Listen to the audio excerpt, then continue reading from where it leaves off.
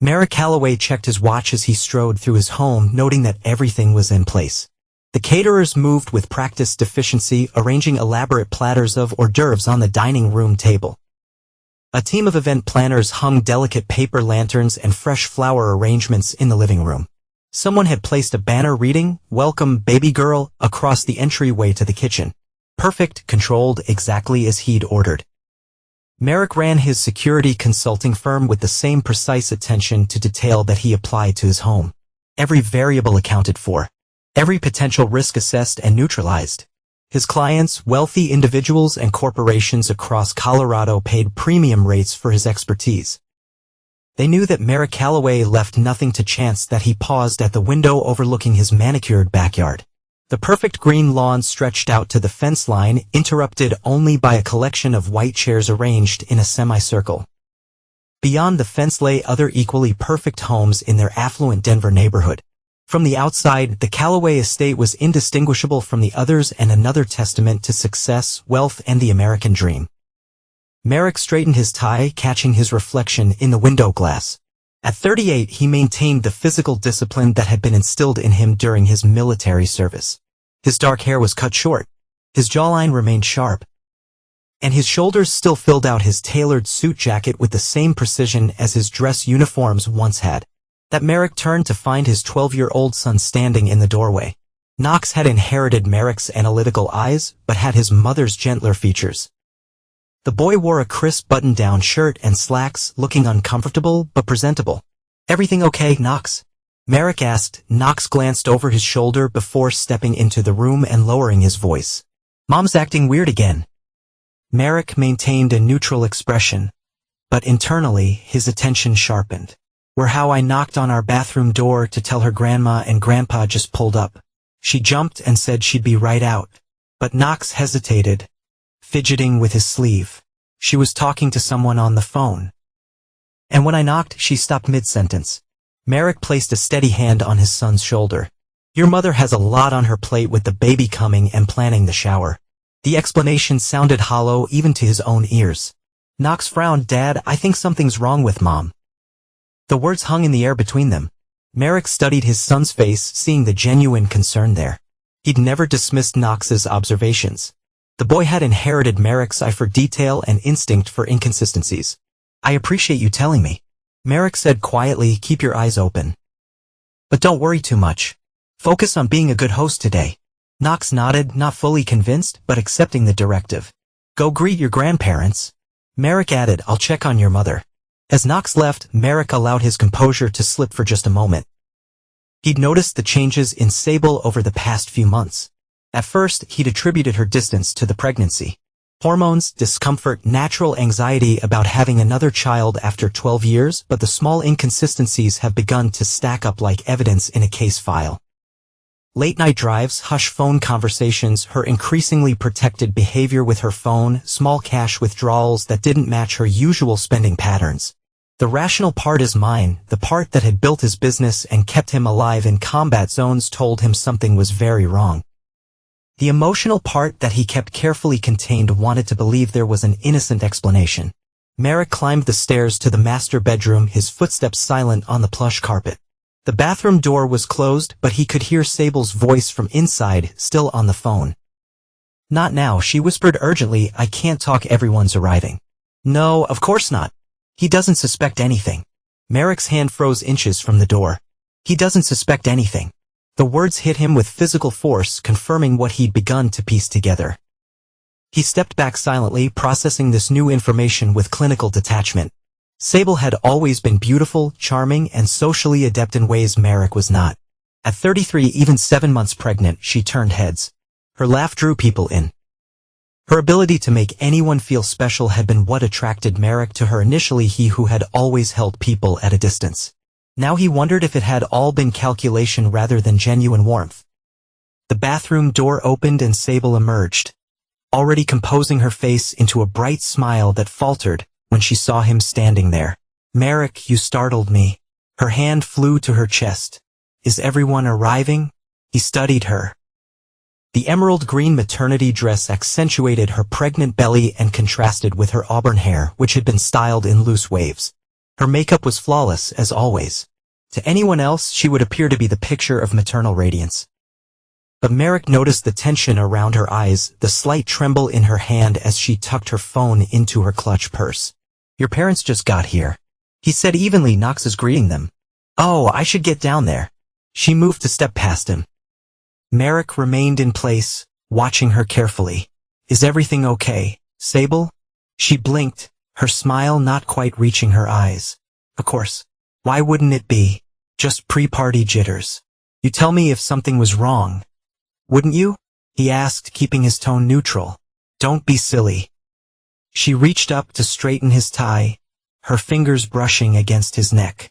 "Everything is perfect, just as we planned." She kissed his cheek and slipped past him, the scent of her perfume lingering in the air. Merrick watched her descend the stairs, greeting her parents with enthusiastic hugs and exclamations. "Everything is perfect, just as we planned." Merrick knew a tactical deception when he saw one dot over the next week. Merrick began his investigation with the same methodical precision he applied to his security work. He didn't confront Sable directly, that would only alert her, cause her to be more careful. Instead, he watched and collected data. On Monday morning, he reviewed their financial records. Their joint account showed a pattern of cash withdrawals, $200 here, $300 there, always when Sable was out running errands.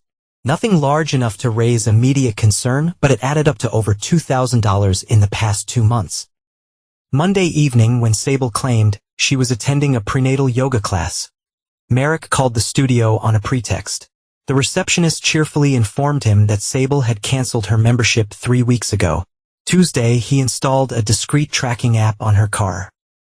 Wednesday night, when she took one of her drives to clear her mind, the tracker showed her car parked for an hour outside an upscale apartment complex in Lotto, Denver's trendy lower downtown district. Thursday, while Sable was at her weekly hair appointment, Merrick accessed their cell phone records, multiple calls to the same unidentified number, often late at night or during the middle of the day when he was at work. Each discovery was a small cut, but Merrick compartmentalized the pain, focusing instead on building his case.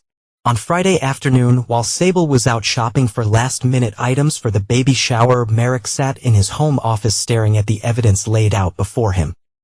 The pattern was clear, but he still lacked definitive proof. Without that, there was always the slim possibility of an innocent explanation that a knock at the door interrupted his thoughts. "Come in," he called quickly, minimizing the screens on his computer. Knox entered carrying his backpack from school. "Hey, Dad, how was school?" Merrick asked, trying to shift his mind away from his investigation. "Fine." Knox dropped his backpack and hesitated. "Can I ask you something?" "Always," Merrick replied, giving his son his full attention. Knox sat in the chair across from Merrick's desk. "Is something going on with you and Mom?" Merrick considered how to respond. He never lied to Knox, believing that honesty built character, but he also didn't want to burden his son with adult problems prematurely. "What makes you ask that?" he countered. Knox shrugged. "You're both acting weird. You're always watching Mom when she doesn't notice, and she's always checking her phone and jumping when it rings." Merrick nodded slowly. "I've noticed some changes in your mother's behavior. I'm trying to understand what's happening." "Is she sick?" Knox asked, worry flickering across his young face. "No," Merrick assured him, "but there may be something she's not telling us." Knox absorbed this, his expression thoughtful, like a bad secret, perhaps, Merrick acknowledged. "But until I know for certain, I'd prefer to withhold judgment." "If Mom has a secret, I want to help you find out what it is," Knox said with sudden determination. "I notice things too." Merrick studied his son. He'd always treated Knox more like a young adult than a child, encouraging independence and critical thinking. Now he saw the result of that approach, a perceptive young man with a strong sense of loyalty. "All right," Merrick said, "keep your eyes open, but be discreet. Don't confront your mother or act differently around her. Sometimes observation is our most powerful tool." Knox nodded seriously. "I could do that." A car door slammed outside, and Merrick glanced out the window to see Sable unloading shopping bags from her car. "Your mother's home," he said. "Remember discretion." Knox gave a small, solemn salute before grabbing his backpack and heading out. The boy was sharp, sharper than Merrick had been at that age. He'd need to be careful not to allow Knox to become too entangled in the situation, but having another set of observant eyes might prove valuable. Merrick returned to his computer, pulling up the preparations for the baby shower. The event was scheduled for tomorrow afternoon. Nearly 50 guests had RSVP'd friends, business associates, family members. Sable had insisted on making it a grand affair. A celebration not just of their coming daughter, but of their perfect family.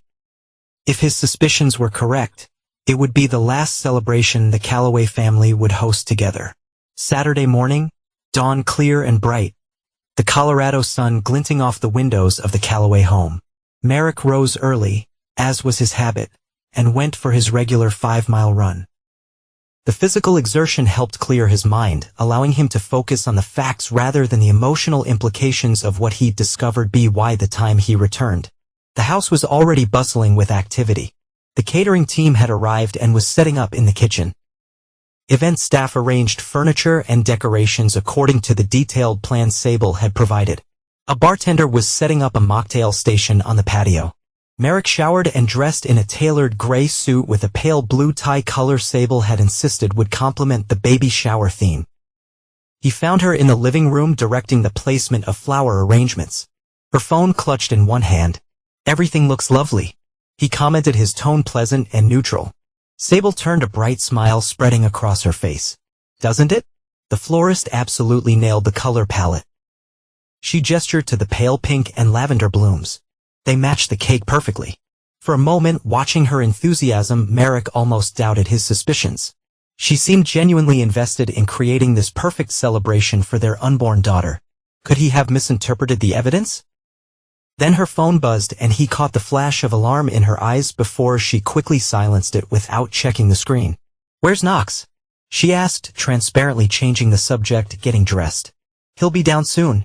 Merrick moved closer, resting his hand lightly on her lower back.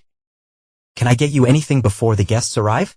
"No, I'm fine," she said, subtly shifting away from his touch. "I should check on the caterers." As she walked away, Merrick noted how she glanced at her phone, typing a quick message before disappearing into the kitchen. Another piece of evidence. The first guests began arriving at 2 o'clock.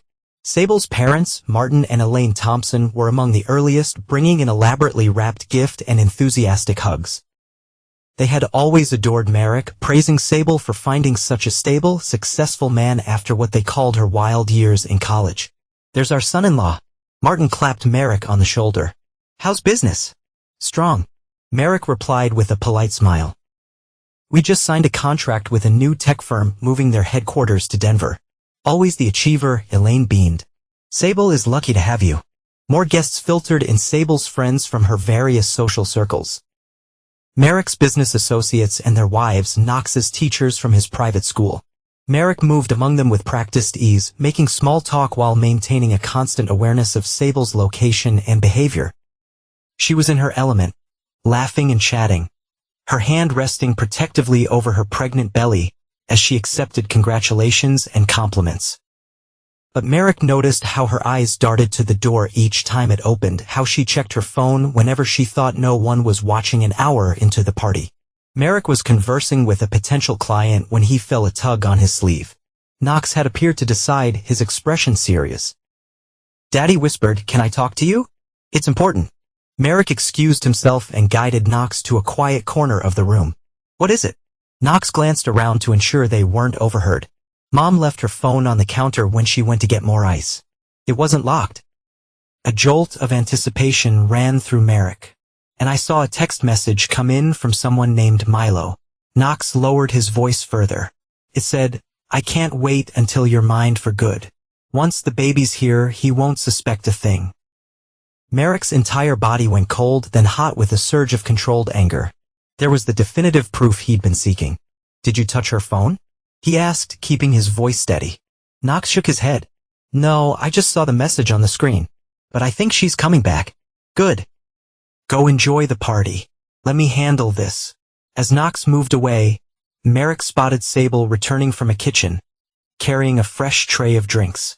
She set it down and immediately reached for her phone, her expression changing to one of alarm as she read something on the screen. Merrick caught the eye of Leland Voss across the room. Leland had been his best friend since their military days. the only person Merrick trusted implicitly.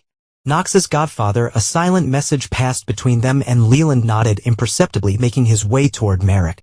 "We need to talk," Merrick murmured as Leland approached. They stepped into Merrick's home office, closing the door behind them. "What's going on?" Leland asked, his brow furrowed with concern. "You've had that look all afternoon, the one you used to get before a high-risk operation." Merrick quickly outlined what he discovered over the past week, concluding with the text message Knox had seen. Leland listened without interruption, his expression darkening. "Jesus, Merrick, what are you going to do?" "End it," Merrick stated simply, but not quietly, not with a whimper. "You have a plan," Leland observed. It wasn't a question. "I do." Merrick moved to his computer and pulled up a social media profile. Milo Leclerc, 31, works in commercial real estate, lives in that Lotto apartment complex where Sable's car has been parked multiple times. He clicked through several photos. Interestingly, he appears to be engaged to this woman, Callister Wren, also pregnant, due around the same time as Sable. Leland let out a low whistle. "What a mess." "It's about to get messy," Merrick replied. He opened his desk drawer and removed an envelope. "I had my attorney draw up divorce papers earlier this week, just in case my suspicions were confirmed. And now they have been," Leland concluded. Indeed, Merrick's voice was cold. "I also made some other arrangements that will ensure Sable understands the consequences of her actions." "What do you need from me?" Leland asked without hesitation. "When I give the signal, I want you to bring up Milo's name loudly so everyone can hear. Consider it done." Leland studied his friend carefully. "Are you sure about doing this publicly? You could confront her privately." "She chose to make a fool of me behind my back." Merrick replied, "I'm simply returning the favor, but I'll do it to her face." Leland nodded, not questioning further. He knew Merrick well enough to understand that once his mind was made up, nothing would change it. They returned to the party where the celebration was in full swing. Games were being played. Gifts opened. Champagne poured for guests while Sable sipped sparkling water. From the outside, it all appeared perfectly normal, a joyous occasion for a family eagerly awaiting a new addition. Merrick circulated through the crowd with renewed purpose. His senses heightened. He noticed Sable huddled with her friend Presley in a corner, their heads close together in conversation. As he approached, he caught the tail end of their exchange. "Some secrets are better left undiscovered, right, Sable?" Presley said with a smirk, raising her champagne glass in a small toast. Sable giggled nervously but froze when she locked eyes with Merrick over Presley's shoulder. Something in his expression must have alarmed her because her smile faltered. "Everything all right?" he asked pleasantly, watching her face for any sign of guilt. "Yes, of course," she replied too quickly. "Just girl talk," he repeated, letting the words hang between them. "Fascinating stuff." I'm sure before she could respond, Merrick was distracted by a text notification on his own phone. He checked it and felt a surge of cold satisfaction. Phase 1 was complete. That he caught Leland's eye across the room and gave a slight nod. It was time. Merrick stepped to the center of the room and lightly tapped a spoon against his glass. The chattering crowd gradually fell silent, all eyes turning toward him.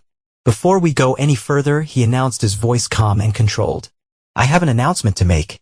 Sable moved to stand beside him. Her expression, a mixture of confusion and growing anxiety. "Merrick, what are you doing?" "We're going to open the big gifts next. This won't take long," he assured her, placing a hand on her shoulder that to observers would appear affectionate, but held her firmly in place. "I just want to share something with our friends and family." The room had gone completely silent now, guests exchanging curious glances. Merrick reached into his pocket and withdrew his phone. "I've recently discovered something interesting," he continued in the same pleasant tone, "something I think everyone here should know." He felt Sable tense beneath his hand. "Merrick," she whispered urgently, "whatever this is, can it wait until after the party?" "No," he replied simply, "it can't." He held up his phone, displaying the screenshot Knox had taken of Sable's message from Milo. "My wife has been having an affair." A collective gasp rippled through the room. Sable's face drained of color. The text message reads, and I quote, "I can't wait until you're mine for good.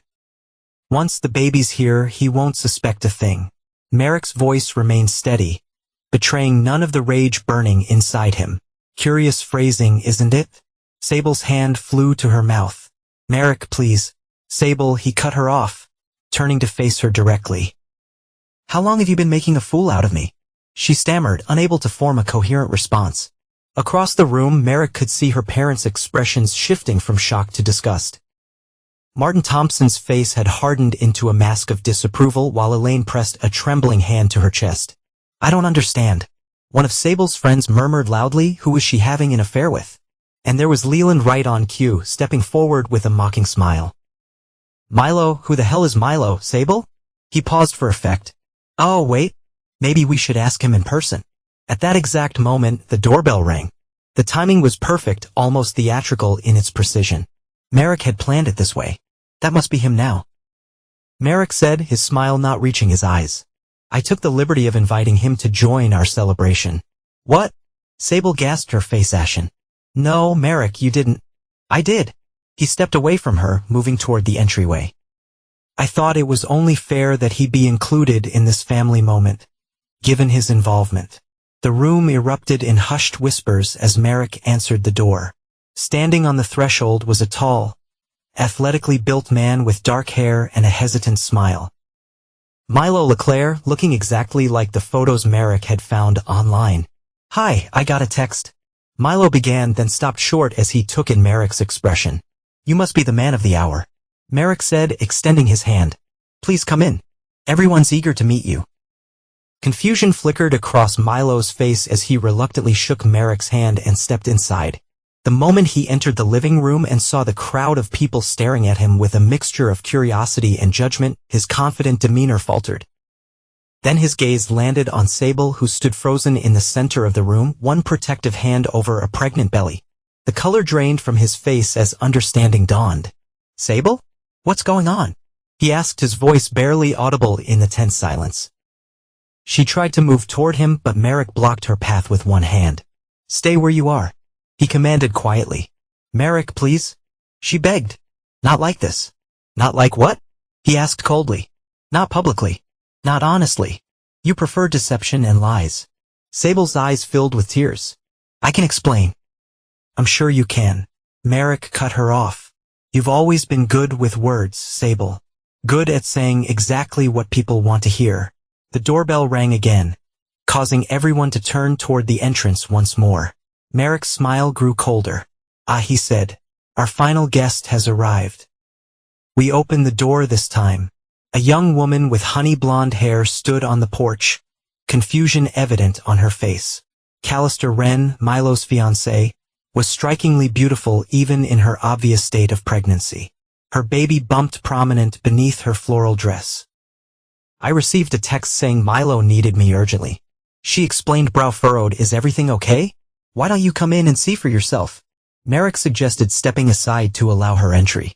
Callister hesitated but followed him into the living room. The moment she spotted Milo standing near Sable, her expression shifted from confusion to suspicion. "Milo, what's going on? Why are you here?"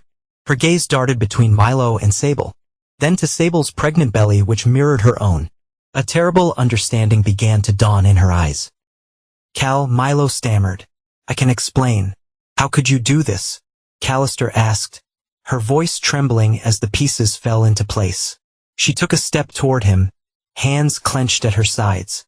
"All this time, while I've been planning our wedding, planning our future, it's not." Milo began, but was cut off by the sharp crack of Callister's palm, connecting with his cheek. The slap echoed through the silent room. Milo raised a hand to his reddening face, shock written across his features. "You're having a baby with her," Callister demanded, tears streaming down her face now. "Were you ever going to tell me? Or were you planning to juggle two families indefinitely?" Milo opened and closed his mouth, no coherent explanation emerging.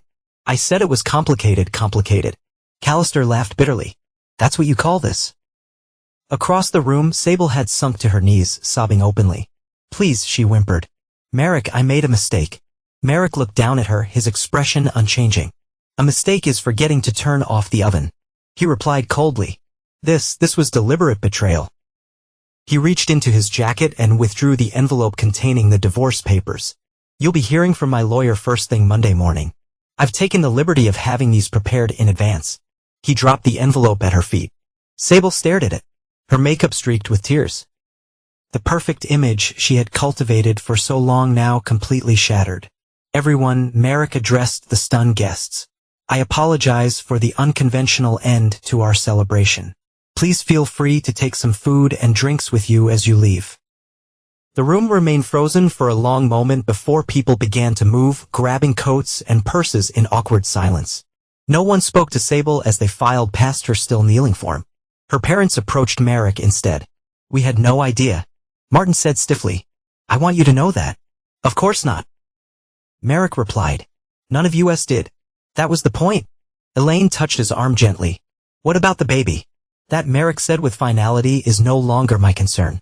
As the last guest departed, only 5 people remained in the Calloway living room. Merrick, standing tall and composed. Leland positioned supportively at his friend's side. Knox, watching from the staircase with wide eyes, and Sable and Milo, separated from each other, yet equally trapped in the devastation they had created. What happens now? Milo finally asked, breaking the heavy silence. Merrick gave him a cold smile. Now you deal with the consequences of your actions. Both of you, outside. The perfect Colorado afternoon continued, sunshine streaming through the windows onto the abandoned baby shower decorations and half-eaten cake. The banner reading, Welcome Baby Girl, twisted slightly in the breeze from an open window, a mockery of the celebration that had so quickly transformed into devastation.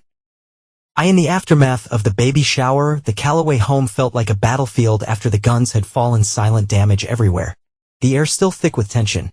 Merrick stood in his office, phone to his ear, voice low and controlled as he spoke with his attorney. Yes, I want to expedite everything, he said. No delays, no negotiations. She gets nothing beyond what's legally required. Through the window, he could see Sable in the driveway, sitting in her car, but making no move to start the engine. She'd been there for nearly 30 minutes, occasionally wiping tears from her face. Calculating her next move, no doubt. What about custody of your son? The attorney asked. Full custody to me, Merrick replied without hesitation. No discussion. Any unborn child. Merrick's jaw tightened. DNA testing will be required. Until then, I make no claims or commitments. Understood, the attorney said. I'll have everything ready for Monday morning. As Merrick into the call, he noticed Leland leaning against the doorframe, arms crossed over his chest. You're not messing around, Leland observed. Did you expect me to? Merrick set his phone down with deliberate care. No, Leland admitted, but I've known you long enough to recognize when you're operating on autopilot to avoid dealing with the pain. Merrick turned to face his friend fully. I'm not avoiding anything. I'm addressing a tactical problem with appropriate measures. There it is. Leland shook his head.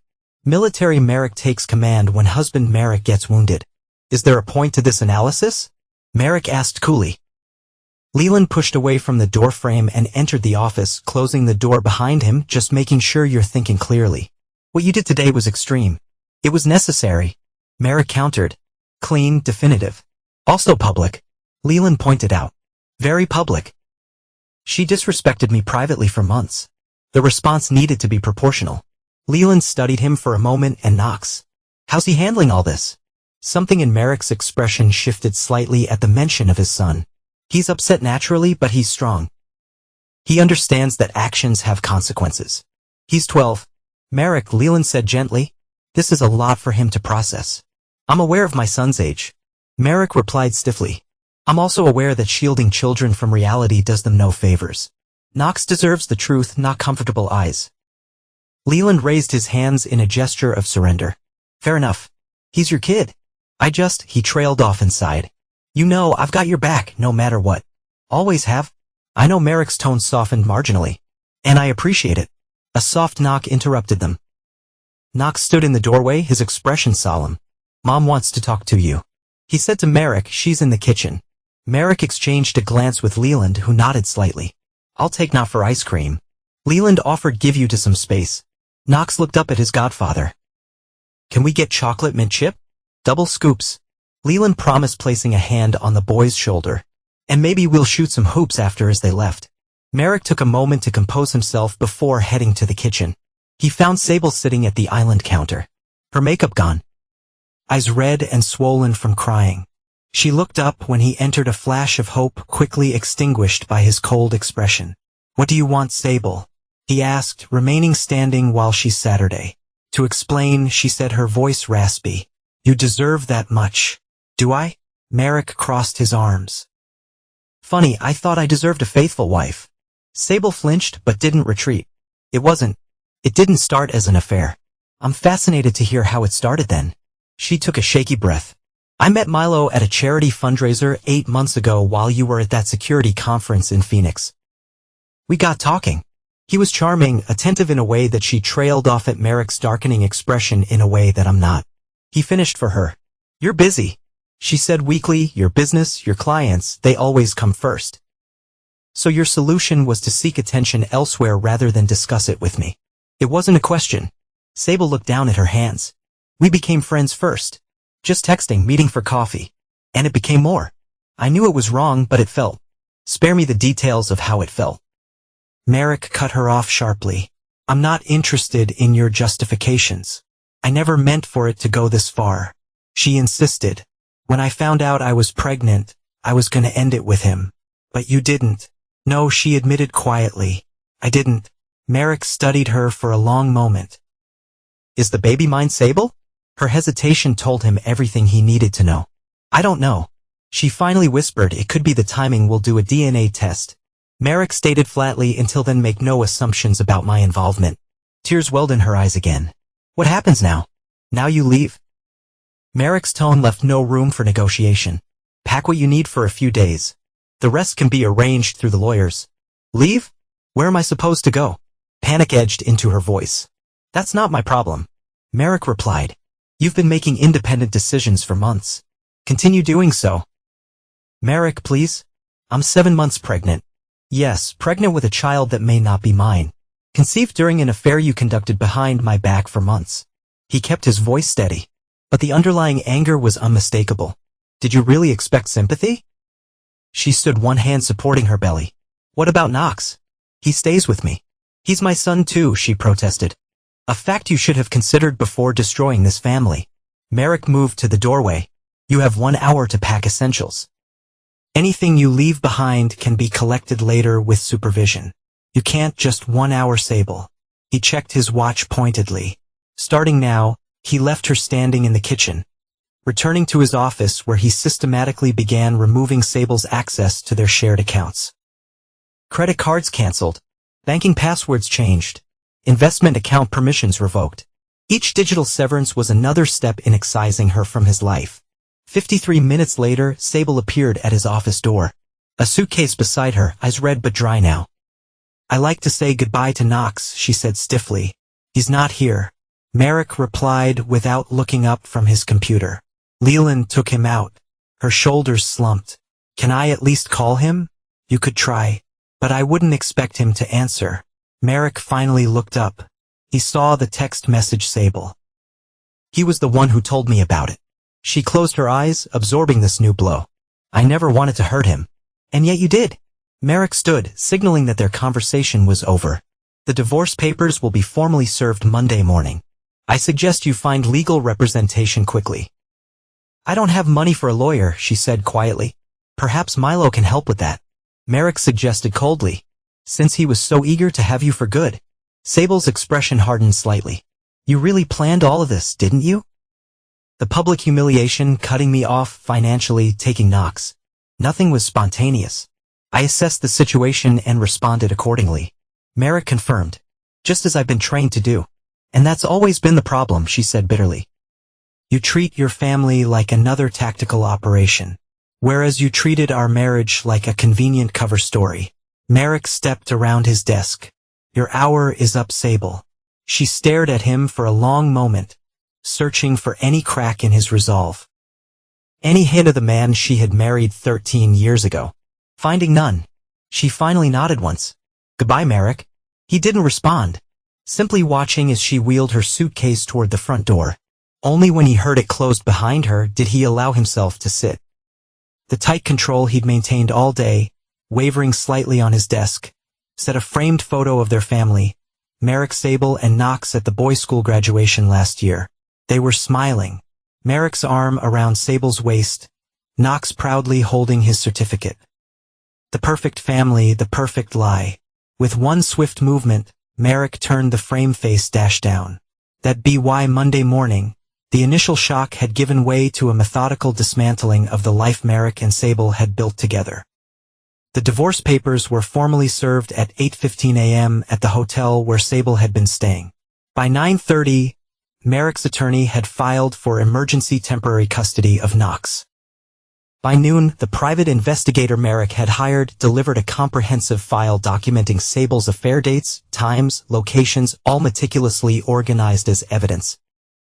Merrick reviewed the file in his downtown office, his expression unchanging as he flipped through photographs of Sable and Milo together, transcripts of text messages, credit card receipts. The affair had been going on for at least 7 months longer than her pregnancy. His executive assistant knocked tentatively on his door. "Mr. Calloway, Mrs. Thompson is here to see you." Merrick glanced up, momentarily confused. "Mrs. Thompson, your mother-in-law," the assistant clarified. "She's quite insistent." Merrick considered turning her away but decided against it. Sent her in. Elaine Thompson entered the office looking considerably older than she had at the baby shower just 2 days ago. The usual polish and confidence that she shared with her daughter had been replaced by evident distress. "Merrick," she began, foregoing any greeting. "What you're doing to Sable is justified," he interrupted calmly. "Please sit down if you'd like to continue this conversation." Elaine remained standing, her lips pressed into a thin line. "We don't condone what Sable did. Martin and I are deeply disappointed in her choices." "I appreciate that clarification." But she continued firmly, cutting her off completely, freezing all her accounts. "She is nowhere to go. Merrick, no means to support herself. She has options." Merrick replied, "She can return to your home. She can seek support from her companion." Milo broke things off. Elaine said quietly, "After everything came out, he chose to try to salvage his relationship with his fiancée." Something like cold satisfaction flickered in Merrick's eyes. "Then she's experiencing the consequences of her actions. That's not my responsibility." "She's carrying a child that could be yours." Elaine's composure cracked. "Have you thought about that? What if the baby is yours, Merrick? Could you live with yourself, knowing you abandoned your own daughter?" "I've already arranged for DNA testing," Merrick replied evenly. "If the child is mine, I'll fulfill my legal obligations. Nothing more." Elaine stared at him, shock evident in her expression. "You're a different man than I thought you were." "No," Merrick shook his head slightly. "I'm exactly the man I've always been." Sable simply chose to ignore it when it was convenient for her. Elaine gathered her purse, preparing to leave. "Sable made terrible mistakes," she said, her voice was very slow. "But this calculated cruelty. I never expected it from you." "It's not cruelty, Mrs. Thompson. It's consequence." Merrick stood, signaling the end of their meeting. "I'll have my assistant show you out." After she left, Merrick returned to the file on his desk, continuing his methodical review of the evidence. Each photograph, each transcript, each receipt was another confirmation that the betrayal had been deliberate, prolonged, and carefully concealed. He was so absorbed in his task that he almost missed the text message from Knox's school. Opening it, he frowned at the brief message. "Please contact the office regarding an incident involving Knox Calloway." Merrick immediately dialed the school's number. "Mr. Calloway," the principal said when she came on the line, "thank you for calling promptly. I'm afraid there's been an incident with Knox today." "What kind of incident?" Merrick asked, already reaching for his car keys. "He was involved in a physical altercation with another student. According to witnesses, the other boy made a comment about Knox's mother, and Knox responded by punching him." Merrick closed his eyes briefly. "Is the other student injured?" "Minor bruising," the principal replied, "but our zero-tolerance policy on physical violence means that Knox will need to be picked up immediately and suspended for the remainder of the week." "I understand," Merrick said. "I'll be there in 20 minutes." He found Knox sitting outside the principal's office, knuckles raw, expression defined. The moment he saw Merrick, his defiance faltered, replaced by uncertainty. "Let's go," Merrick said simply, signing the necessary forms at the front desk. They drove in silence for several minutes before Knox finally spoke. "Are you mad at me?" Merrick considered the question. "I'm not pleased that you resorted to violence, but I understand why you felt provoked." "Tyler said Mom was a Knox," began, then stopped. "He said really bad things about her. Things he heard his parents say." "Word travels fast," Merrick observed grimly. "I couldn't just let him talk about Mom like that." Knox insisted. Merrick glanced at his son. Even though you're angry with her. Knox stared out the window, conflicted emotions playing across his young face. Yeah, I'm really mad at her. But she's still my mom. The simple statement hit Merrick with unexpected force. Despite everything, despite the betrayal and the hurt, Knox still felt protective of Sable. It was a complexity of emotion that Merrick himself couldn't or wouldn't allow. I understand, he said finally, but there are better ways to handle situations like that. Violence should be a last resort, not a first response. What was I supposed to do? Tell a teacher? Knox asked skeptically. You could have walked away. Merrick suggested, not giving him the satisfaction of getting a reaction. Knox considered this. Would you have walked away? If someone was saying those things about someone you cared about, the question was surprisingly perceptive, forcing Merrick to confront his own hypocrisy. We have walked away. No, he would have handled it differently. But with no less finality than Knox had. At the fair point, he acknowledged. But I'm an adult with different resources at my disposal. You're still learning how to navigate complex situations. I hate that everyone's talking about us. Knox said quietly. About Mom and what happened? People will always talk, Merrick replied. What matters is how we conduct ourselves. Is Mom ever coming back home? Knox asked, the question hanging heavy between them. No, Merrick answered truthfully. The divorce proceedings have begun. Your mother and I won't be reconciling. Knox nodded slowly, absorbing this confirmation of what he already knew. Where's she staying? At a hotel for now. Merrick didn't see any reason to shield Knox from the reality of the situation. Can I see her? Merrick tightened his grip on the steering wheel, unexpected anger flaring at the request. He took a breath, forcing the emotion down. If you want a yes, I won't prevent you from seeing your mother. Do you hate her? Knox asked, watching Merrick's face carefully. It would be easy to say yes, to nurture that hatred, to let it burn away any remaining sentiment. But Merrick prided himself on precision, on accuracy. No, he said finally, I don't hate her. I'm angry. I'm disappointed. I feel betrayed. But hatred requires continued emotional investment, and I'm not willing to give her that. Knox seemed to consider this response carefully. That's kind of cold. That it's honest, Merrick corrected. And in time, you'll understand that emotional clarity is valuable, especially in difficult situations. They pulled into the driveway of their home, a home that already felt different without Sable's presence. Knox grabbed his backpack and started toward the door, then paused. Dad, what's going to happen with the baby? My sister. The question caught Merrick off guard. He'd been so focused on the legal and financial aspects of the divorce, on ensuring Sable could not claim any part of what he'd built, that he'd compartmentalized the reality of the unborn child. We don't know if the baby is related to us, he said carefully. But what if she is not pressed? What if she's my half-sister? Why get to know her? Merrick studied his son, seeing the genuine concern in his expression. If the DNA test confirms that I'm the father, we'll address that situation appropriately. That's not really an answer, Knox pointed out. It's the answer I have right now. Merrick replied, some things have to be decided one step at a time. Knox didn't look satisfied, but he nodded and went into the house. Merrick remained in the car for a moment longer, considering his son's questions. The unborn child complicated matters significantly. If the baby was his, he would have legal obligations.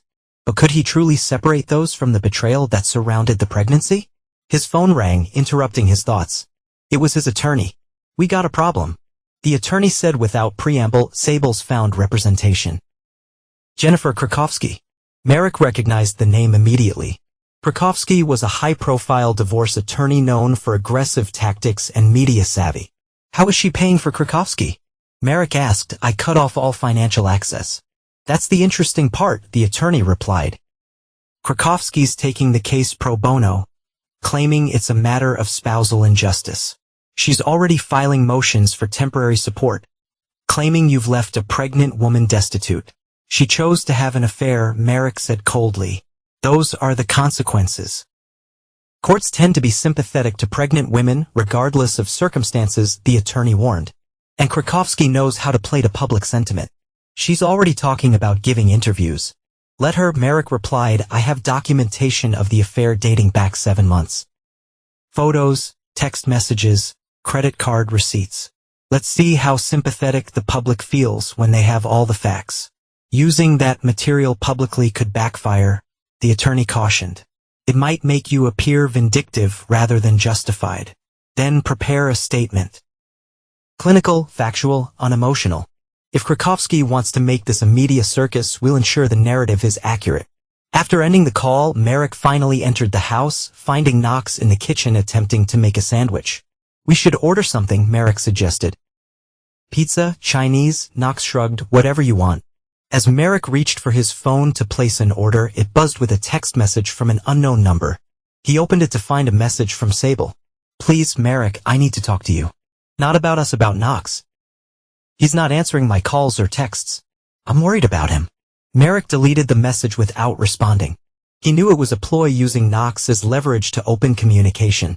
Tactical, just like everything else Sable did. That Knox's voice pulled him from his thoughts. Do you think things will ever feel normal again? Merrick looked at his son, still so young, yet already confronting adult complexities he shouldn't have to face. Not the same kind of normal, he admitted, but will establish a new normal. Together, Knox nodded, seemingly satisfied with this answer. Pizza would be good. With extra cheese. Extra cheese it is. Merrick agreed, placing the order. Later that evening, after Knox had gone to bed, Merrick sat in his office reviewing the financial documentation his accountant had prepared. The divorce would be expensive even with the prenuptial agreement. Sable would be entitled to some assets, but Merrick had planned for contingencies. His core business interests were protected. Knox's education fund was untouchable. The primary residence was solely in his name. That a soft knock on the door interrupted his work. Knox stood there in pajamas, looking younger than his 12 years. Can't sleep? Merrick asked. Knox shook his head. I keep thinking about everything. That's natural. Merrick said, it's a lot to process. Mom texted me. Knox admitted. She want me to call her. Do you want to? Knox hesitated. Kind of. But I'm also really mad at her. Those feelings can coexist. Merrick pointed out, you can be angry with someone and still care about them. Is that how you feel about Mom? Knox asked. Merrick considered his answer carefully. My situation is different. Your mother's actions broke something fundamental between us. But your relationship with her is separate from that. But she lied to you. Knox persisted. She lied to both of us. Yes, she did. Merrick agreed. And you have every right to be angry about that. But she's still your mother. That connection doesn't simply disappear. Knox leaned against the doorframe. If I talk to her, will you be mad? No. Merrick assured him. Your relationship with your mother is your decision. Not mine. Okay. Knox seemed relieved. Thanks, Dad. As his son turned to leave, Merrick added. Knox? Just remember that people's words and actions don't always align. Listen to what your mother says, but pay attention to what she does. Knox nodded solemnly. Like you taught me, actions reveal truth more than words. Exactly. After Knox left, Merrick returned to his financial reviews. But his concentration had been broken. Despite his assurances to Knox, the thought of his son maintaining a relationship with Sable stirred uncomfortable emotions. Not jealousy. Exactly. But something adjacent to it is sense that any connection with Sable was a potential vulnerability, a gateway for continued manipulation. That he closed the financial folders and instead opened the investigation file again, rereading the detailed account of Sable's betrayal. The cold facts reinforced his resolve, reminding him why he had taken such decisive action. The photograph showed Sable and Milo together at restaurants, entering his apartment building, walking in a park. Ordinary moments made extraordinary by their deception. One image in particular caught his attention. Sable laughing, head thrown back, Milo watching her with obvious admiration. She looked happy, genuinely happy, in a way Merrick couldn't remember seeing recently in their marriage. He stared at the photo, understanding with sudden clarity that the dissolution of their marriage had begun long before he discovered the affair. Perhaps it had been inevitable, Sable seeking emotional connection elsewhere. Merrick retreating into work and discipline. But understanding didn't equal forgiveness. Comprehension wasn't absolution. Merrick closed the file and turned off his office light. Tomorrow would bring new challenges, legal battles, financial negotiations, the continued fallout from the public exposure. Sable's affair. He would face each with the same calm calculation he applied to everything else. That was, after all, what he did best. Assess, plan, execute. No emotion, no weakness, no forgiveness, just consequence. The next 2 weeks unfolded with the precision of a military campaign. Merrick's legal team responded to each of Jennifer Krakowski's motions with counter-filings backed by extensive documentation. His PR consultant prepared measured statements that portrayed Merrick as the wrong party without descending into vindictiveness. His security team ensured that Sable could not access their home without prior arrangement and supervision. That on a Wednesday afternoon, Merrick sat in a conference room at his attorney's office reviewing the latest settlement proposal. "She's asking for half the value of the house," his attorney pointed out. "The house is solely in my name, purchased before our marriage," Merrick replied. "The prenup is clear on this point." "Yes, but Krakowski is arguing that Sable's contributions as a homemaker increased its value significantly." Merrick's expression hardened. "Rejected." Next point, the attorney flipped to another page. "She's requesting 50% custody of Knox." "Also rejected. We've already established that Knox will remain with me, with Sable having standard visitation rights." "Krakowski is pushing hard on this," the attorney warned. "She'll take it to court if necessary. And judges tend to favor shared custody arrangements." "Knox is 12, Merrick countered, "old enough for the court to consider his preferences. He's made it clear he wants to stay with me." "Has he been seeing his mother at all?" Merrick nodded reluctantly. "Twice in the past 2 weeks. Brief visits at a neutral location." "And how did those go?" According to Knox, there were tears, apologies, promises to make everything right. Merrick's tone made it clear what he thought of those promises. The attorney jotted some notes. "We should document those visits. It shows we're not blocking access, which strengthens our position." "Already done," Merrick assured him. "I've kept records of all communication regarding Knox." "Good." The attorney turned to another section of the proposal. "Finally, there's the matter of the unborn child. Krakowski is requesting that you cover all medical expenses related to the pregnancy and birth pending DNA results." Merrick considered this. "That's reasonable, assuming appropriate documentation of expenses." "Are you prepared for the possibility that the child is yours?" the attorney asked carefully. "I've considered all scenarios." Merrick replied, "If DNA confirms I'm the father, I'll meet my financial obligations." "And beyond financial obligations? What about emotional ones?" Merrick fixed the attorney with a cool stare. "I'm paying you to handle legal matters, not to provide psychological counsel." The attorney nodded, accepting the rebuke. "Fair enough. I'll respond to Krakowski with our counter-proposal." As Merrick left the meeting, his phone buzzed with a text message from Leland. "Saw this online. Thought you should know." Attached was a link to a local news website. The headline made Merrick's jaw tighten. "Denver executive's pregnant wife left destitute after public humiliation." Below, it was a photo of Sable looking appropriately distressed, seated beside Jennifer Krakowski. He clicked on the article, scanning it quickly. Sable claimed she had been blindsided by Merrick's actions, that he had orchestrated a public shaming and left her without resources during a vulnerable time. She admitted to making mistakes but characterized Merrick's response as calculated cruelty. Krakowski was quoted extensively describing Merrick as a controlling husband who responded to marital problems with financial abuse and public humiliation rather than seeking counseling or mediation. Most concerning was the final paragraph, where Sable expressed fear for her unborn child, wondering if he'll reject his own daughter out of spite. Merrick called his PR consultant immediately. "Have you seen the Channel 9 article?" "Just now," the consultant confirmed. "We need to respond carefully. They're clearly trying to paint you as the villain. Release the prepared statement." Merrick instructed, and include the timeline of the affair with supporting documentation. "Nothing explicit, just enough to establish the facts." "Are you sure?" the consultant asked hesitantly. "Escalating publicly might." "They escalated first." Merrick cut him off. "I won't allow a false narrative to stand unchallenged." After ending the call, Merrick drove to Knox's school, arriving just as the final bell rang. He spotted his son emerging from the building, walking with a small group of friends. Knox saw the car and waved goodbye to his companions, jogging over. "Hey, Dad," he said as he slid into the passenger seat. "Why are you picking me up?" "I usually take the bus on Wednesdays. Thought we could grab dinner out." Merrick replied, carefully casual. "Maybe catch a movie after." Knox gave him a skeptical look. "On a school night, what's going on?" Merrick sometimes forgot how perceptive his son could be. "There's been a development with the divorce proceedings. Your mother gave an interview to the local news." "Oh," Knox's expression fell. "What did she say?" "Nothing substantive." Merrick assured him. But there may be increased media attention for a few days. I wanted to warn you. Knox stared out the window, processing this information. Will people at school see it? Possibly, Merrick admitted. But we've discussed this. People will talk regardless of what we do. The important thing is how we respond.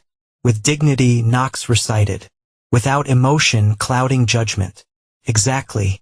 Merrick navigated through traffic, heading toward Knox's favorite burger restaurant. If anyone brings it up, you have my permission to say no comment and walk away. Knox managed a small smile at that. Like a movie star, better than punching them, Merrick observed dryly, referencing the earlier school incident. Yeah, that didn't work out so great.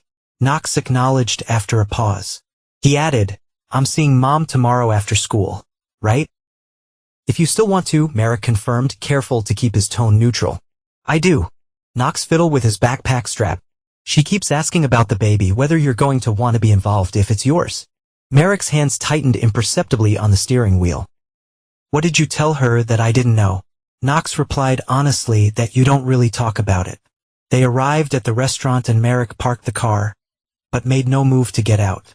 He turned to face his son directly. Knox, your mother is trying to use you as a go-between. He explained carefully. She's asking you questions that she should be asking me or my attorneys.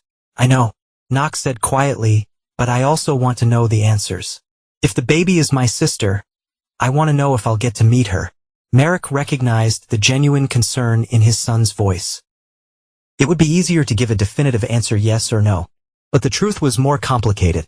If the DNA test confirms that I'm the father, he said finally, then yes, you would have the opportunity to know your half-sister.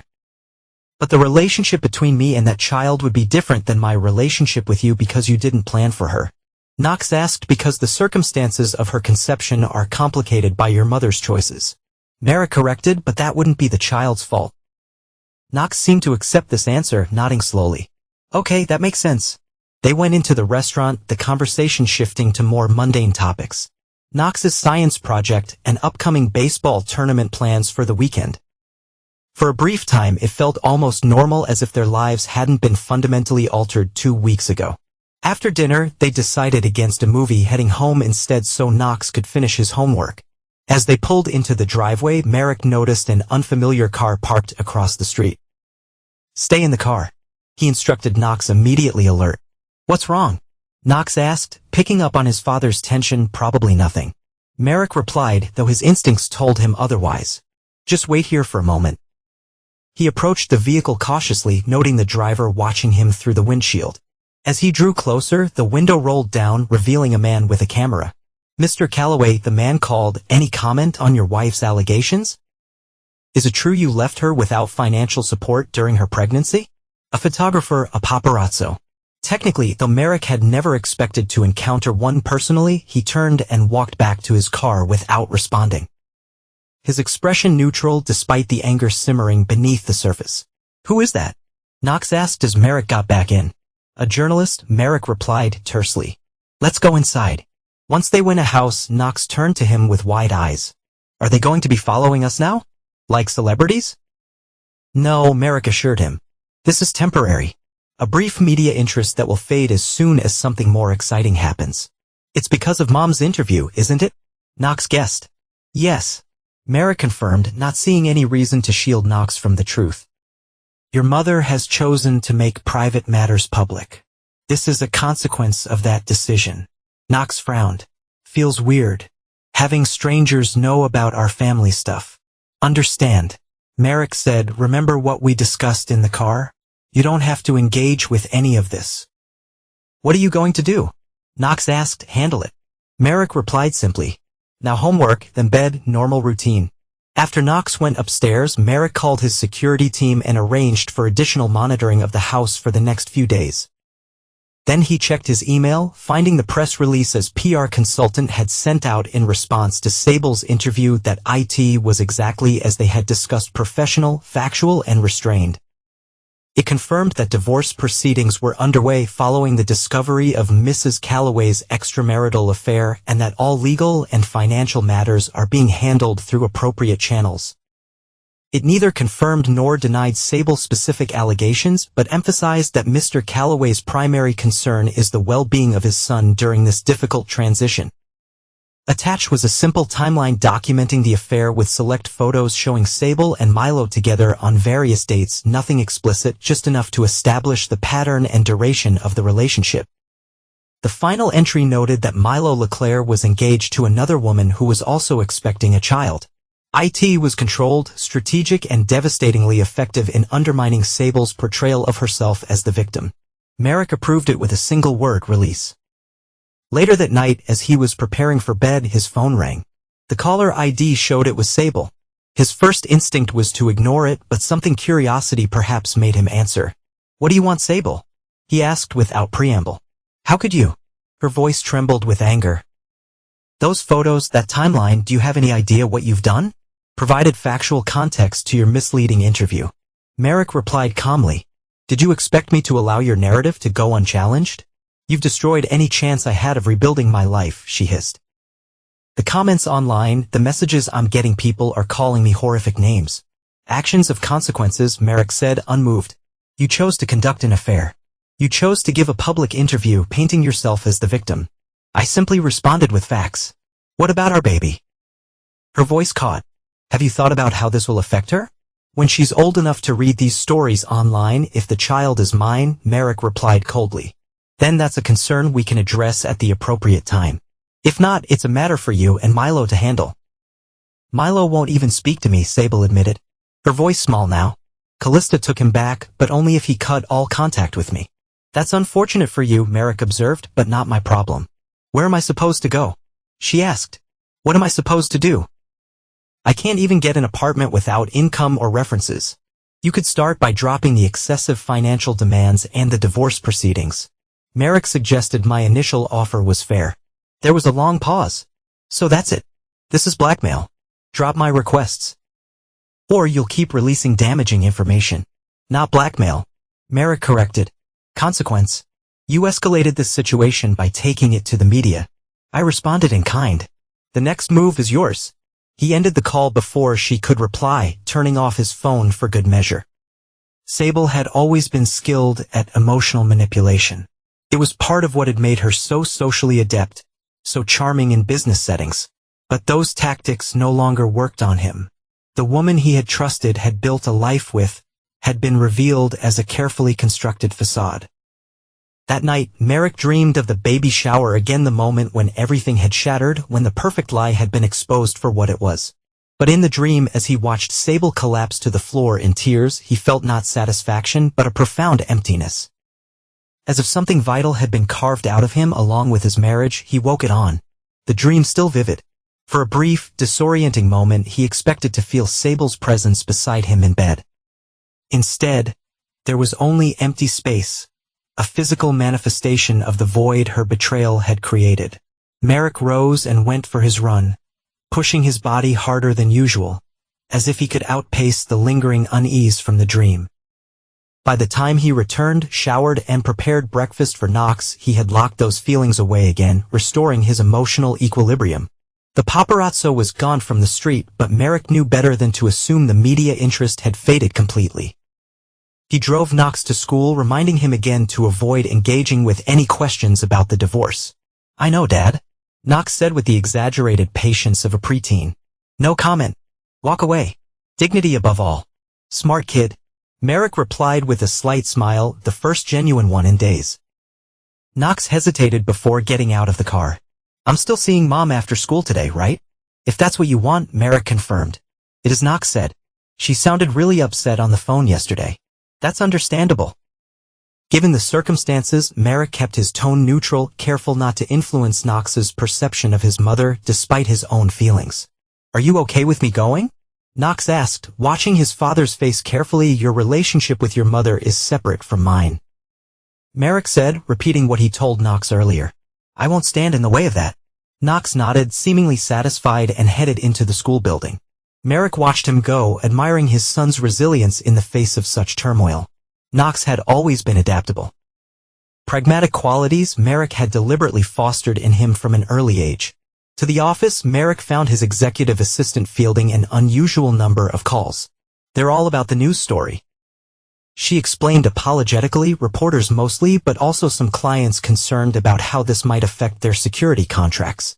Transfer any client calls to me directly, Merrick instructed. Tell the reporters no comment and take messages from the clients who don't need immediate attention.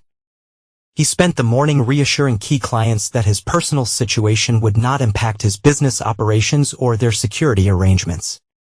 Most were understanding, a few awkwardly sympathetic, but none threatened to pull their contract to testament to Merrick's professional reputation. That mid-afternoon, his attorney called with unexpected news. Krakowski just contacted me. They want to restart negotiations. Interesting timing, Merrick observed. After Sable's media strategy backfired, she's offering significant concessions, the attorney continued. She'll drop the claim for half the house value and accept the temporary support amount we initially proposed. And custody, Merrick asked. She's still pushing for joint legal custody, but is willing to accept that Knox's primary residence will be with you. She's asking for standard visitation rights, plus additional time during school breaks. Merrick considered this. What about the pregnancy expenses? Still requesting you cover those pending DNA results, which she's now willing to expedite. It was a substantial retreat from Sable's initial demands. The press release had clearly had the desired effect, forcing her to recognize her limited leverage, accept the revised terms on custody and support. Merrick decided. But I want the DNA testing done immediately, not after the birth. Non-invasive prenatal paternity testing is possible, the attorney confirmed. I'll add that as a condition. After the call, Merrick checked his watch, noting that Knox will be meeting Sable soon. A familiar unease settled in his chest at the thought of his son alone with her, vulnerable to whatever narrative she might present. But he had meant what he'd said. He wouldn't interfere with Knox's relationship with his mother, despite his own misgivings. His phone buzzed with a text from an unknown number. Opening it, he found a message from Milo Leclerc. We need to talk about Sable and the babies. Merrick stared at the message, an unexpected development in an already complicated situation. The plural babies caught his attention immediately. He didn't respond right away, weighing the potential value of such a conversation against the risks of engaging with a man who had been Sable's. Finally, curiosity went out. When and where, he texted back. The response came quickly. Tonight, 8 p.m., the Wharf Bar downtown. I'll be there. Merrick confirmed, already calculating how this might affect the ongoing divorce proceedings. If Milo had information that could strengthen Merrick's position, it would be worth hearing him out. T 7:45 that evening. After ensuring Knox was settled with his homework and a trusted neighbor was available in case of emergency, Merrick arrived at the Wharf, a dimly lit establishment favored by downtown professionals. He spotted Milo at a corner table, nursing what appeared to be whiskey, his expression troubled.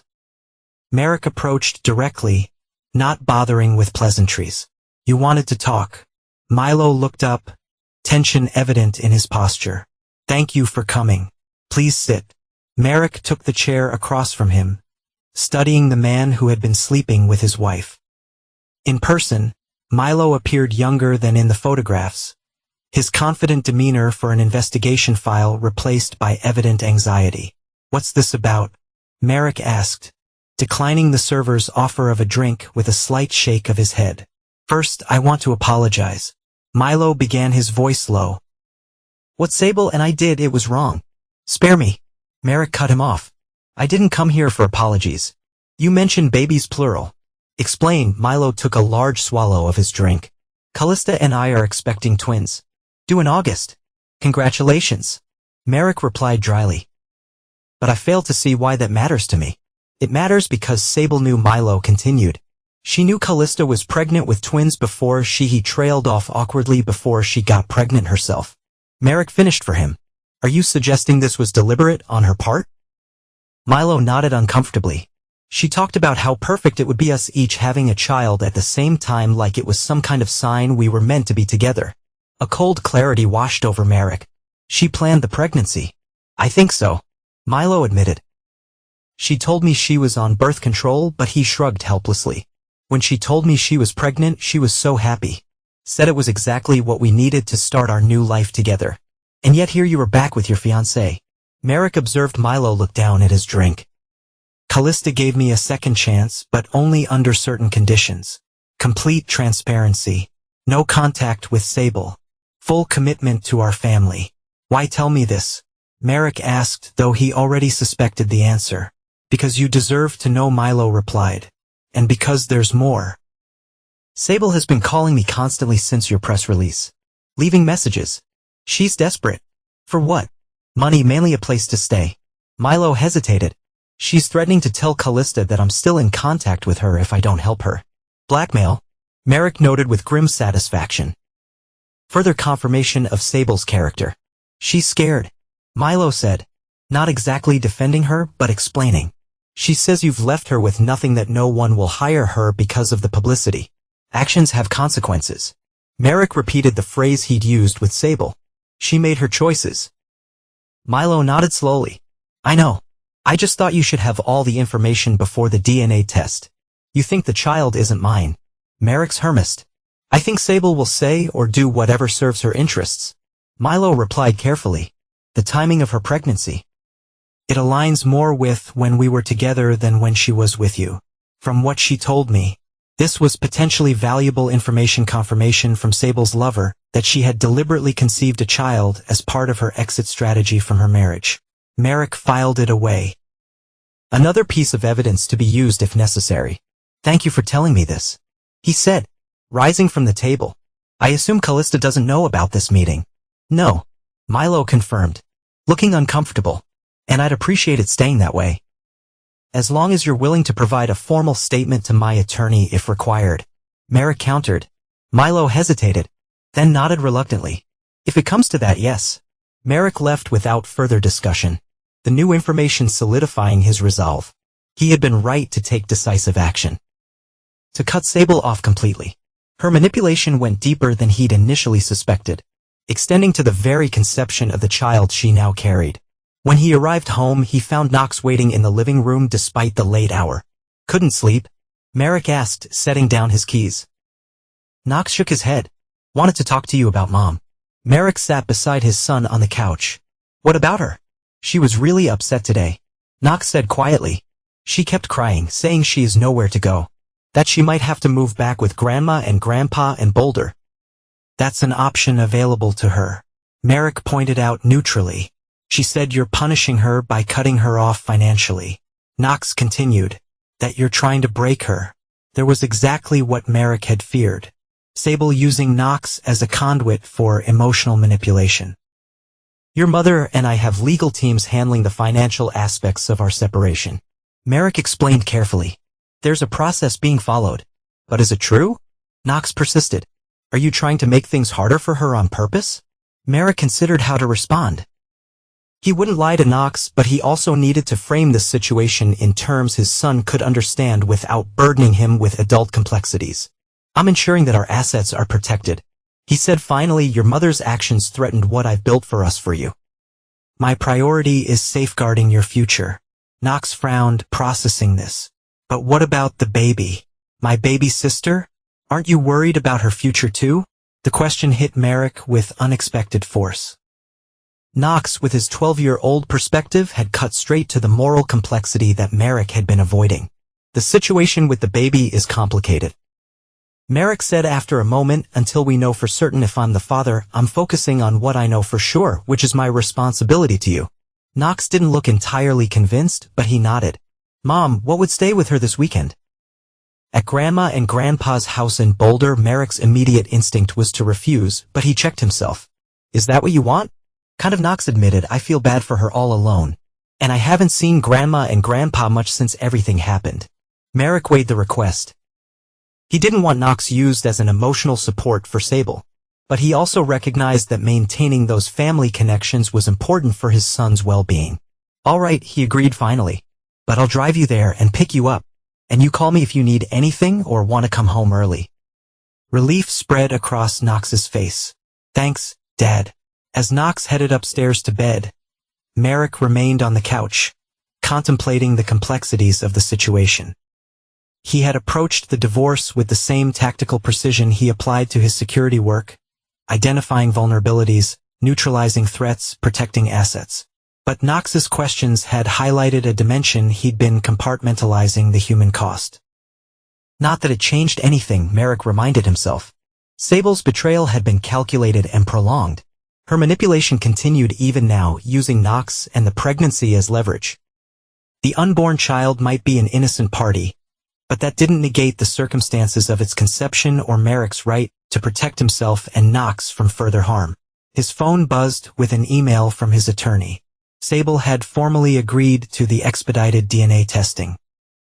The appointment was scheduled for the following Tuesday. One step closer to resolution. One step closer to finally severing the last ties that bound him to the woman who had betrayed him so completely. Merrick closed his eyes briefly, acknowledging a truth he had been avoiding. Part of him, a small, carefully contained part, had loved Sable. Despite his military training and disciplined approach to life, despite his careful emotional compartmentalization, he had allowed himself to be vulnerable with her. That vulnerability had been a mistake. When he would not repeat. 3 weeks later, Merrick stood in the empty living room of a newly purchased home in Denver's Washington Park neighborhood. Sunlight streamed through the large windows, illuminating hardwood floors and freshly painted walls. The house was smaller than their previous residence, but no less impressive, a modern, 3-bedroom property with a fenced backyard and proximity to Knox's school. "What do you think?" he asked as Knox wandered from room to room, inspecting their new home. "It's cool," Knox said, his voice echoing slightly in the unfurnished space. "Different but cool. Different is what we need right now," Merrick replied, watching his son carefully for signs of distress or uncertainty. But Knox seemed genuinely enthusiastic, especially when he discovered the basement rec room. "This would be perfect for a gaming setup." "We'll see," Merrick said, though he'd already planned to upgrade Knox's modest gaming system as a housewarming gift. The boy had handled the upheaval of the past month with remarkable resilience. And Merrick wanted to acknowledge that the divorce proceedings were progressing smoothly since Sable had accepted the revised terms. The DNA test results had come back 2 days ago, confirming what Milo had implied. Merrick was not the father of Sable's unborn child. The news had been both a relief and unexpectedly something of a loss, closing a door that Merrick hadn't realized he'd left partially open in his mind. Knox had taken the news with mixed emotions, disappointed at not having sister, but relieved that the situation was simpler now. "So the baby is definitely Milo's?" he had asked when Merrick told him yes. Merrick had confirmed, "which means your mother will need to address custody and support with him, not with us." Now, as they explored their new home, Merrick felt a sense of forward momentum for the first time since discovering Sable's affair. They were physically separating themselves from the space where the betrayal had occurred, creating a fresh environment untainted by those memories. "When do we move in?" Knox asked, peering out the back window at the yard. "The movers come on Saturday," Merrick replied. "We'll be sleeping here Saturday night." Knox nodded, then asked hesitantly, "Does Mom know about the new house?" "She knows we're moving," Merrick said carefully. "She doesn't need to know the exact address. But for visitation and stuff," Knox pressed, "she'll need to know where to pick me up, right? We can arrange pickup and drop off at neutral locations." Merrick explained, "There's no reason for her to come to our home." Knox absorbed this, his expression thoughtful. "You really don't want to see her at all, do you?" "No," Merrick admitted simply. "I don't even know it's been a month." Knox asked, "Even though you know the baby isn't yours?" Merrick regarded his son seriously. "Time doesn't automatically heal betrayal. Knox, your mother made deliberate choices that destroyed our family. The DNA results don't change that." "I guess," Knox conceded, though he didn't sound entirely convinced. "It just seems, I don't know, hard to stay that angry for so long." "It's not about anger," Merrick corrected. "It's about boundaries, about recognizing when someone has proven themselves untrustworthy and adjusting accordingly." Knox nodded slowly, seeming to process this distinction. "Are you happy, Dad?" he asked suddenly, since everything happened. The question caught Merrick off guard. Happiness wasn't a metric he typically applied to his own state of being: satisfaction in a job well done, pride in his son's accomplishments, relief when a security threat was neutralized. But happiness that seemed almost frivolous. "I'm content," he said. "Finally, we're rebuilding our lives, moving forward. That's what matters." Knox accepted this answer, turning his attention back to exploring the house. But the question lingered in Merrick's mind as they completed their tour and drove back to their current residence, where boxes were stacked in preparation for Saturday's move. Was he happy? He was free from Sable's deception. He had secured his assets and his relationship with Knox. By any objective measure, he had successfully navigated a potentially devastating situation. Perhaps happiness would come later, once the divorce was finalized and the last legal ties to Sable were severed. For now, contentment would have to suffice. Saturday arrived with clear skies and mild temperatures, perfect moving weather. Merrick supervised the movers with his usual efficiency, ensuring each labeled box went to the correct room in a new house. Knox helped with his own belongings, arranging his bedroom furniture according to a diagram he'd sketched earlier in the week. It'd be by late afternoon, the major pieces were in place. The kitchen was functional, beds were assembled, and the essential electronics were connected. Boxes remained to be unpacked, but the bones of their new home were taking shape. Pizza for dinner, Merrick suggested as the movers departed. Definitely, Knox agreed enthusiastically. We should eat on the patio. Ceremonial first meal and all that. They sat outside in the early evening light, pizza box between them. The suburban sounds of their new neighborhood creating a peaceful backdrop. I like it here, Knox declared between bites. It feels, I don't know, lighter. Merrick understood what his son meant. Their previous home, for all its impressive architecture and carefully selected furnishings, have been heavy with Sable's influence, her decorating preferences, her social aspirations reflected in every room. This house was simpler, more functional, designed around their actual needs rather than appearance. I agree, Merrick said, surprising himself with the admission. It suits us better. Knox's phone buzzed and he checked the screen before slipping it back into his pocket without responding. Your mother, Merrick guessed, noting Knox's slight tension. Knox nodded. She's been texting a lot today asking how the move is going. If I like the new place. And do you want to respond? Merrick asked, carefully maintaining his commitment not to interfere with Knox's relationship with Sable. Not right now. Knox said after a moment. I just want to enjoy our first night here, without thinking about everything else. Merrick felt a surge of pride in his son's maturity. That's a reasonable boundary to set. They finished their pizza, incompatible silence, then tackled a few more boxes before Knox declared himself exhausted and headed to bed. Merrick continued unpacking, finding the methodical task meditative after the chaos of moving day. He was organizing his home office when his phone rang. Leland's name appeared on the screen. How's the new place? Leland asked when Merrick answered. Suitable. Merrick replied, you should stop by tomorrow. See it for yourself. We'll do. Knox settling in okay. Better than expected. Merrick confirmed. He seems to appreciate the fresh start. There was a brief pause before Leland continued, his tone shifting slightly. Heard anything from Sable? Not directly. Merrick said. She's been texting Knox throughout the day. But nothing to you. Leland pressed. Merrick frowned at his friend's tone. No, why should I have another pause longer this time? You haven't seen the news today. I'm guessing been a bit busy with moving. Merrick pointed out dryly. Sable was hospitalized this morning. Leland said carefully. Some kind of pregnancy complication. It was on the local news. Merrick absorbed this information, surprised by his own lack of emotional response. I see. Is it serious? Preeclampsia. According to the report, Leland replied, she's stable. But they're monitoring her closely.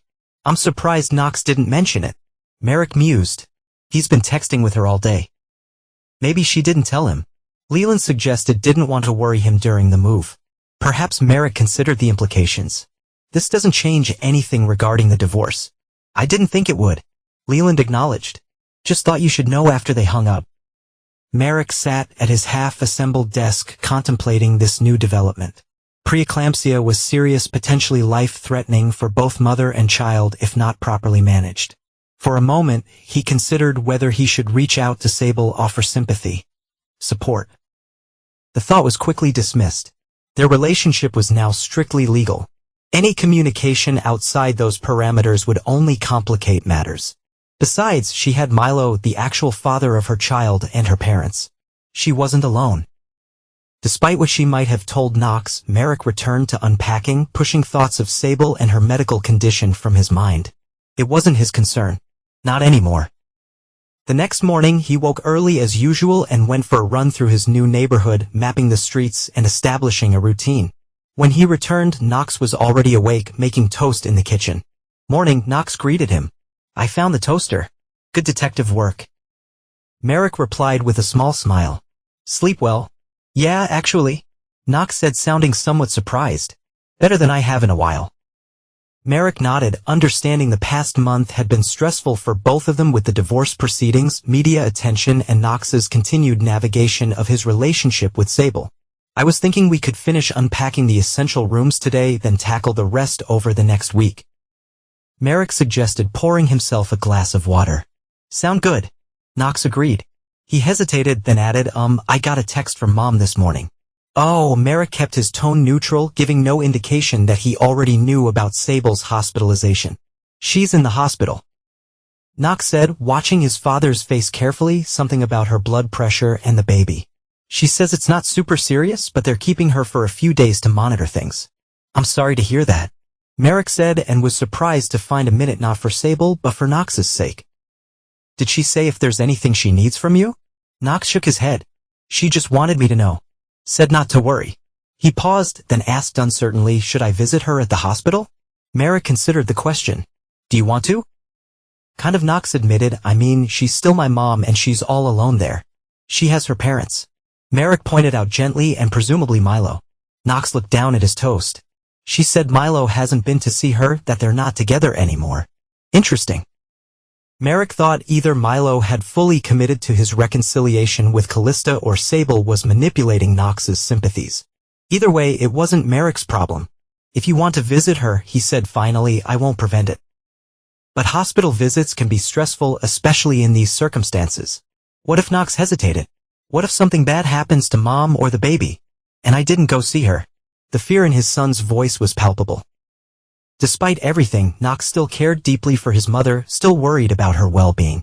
It was a testament to his character, his capacity for compassion even in the face of hurt.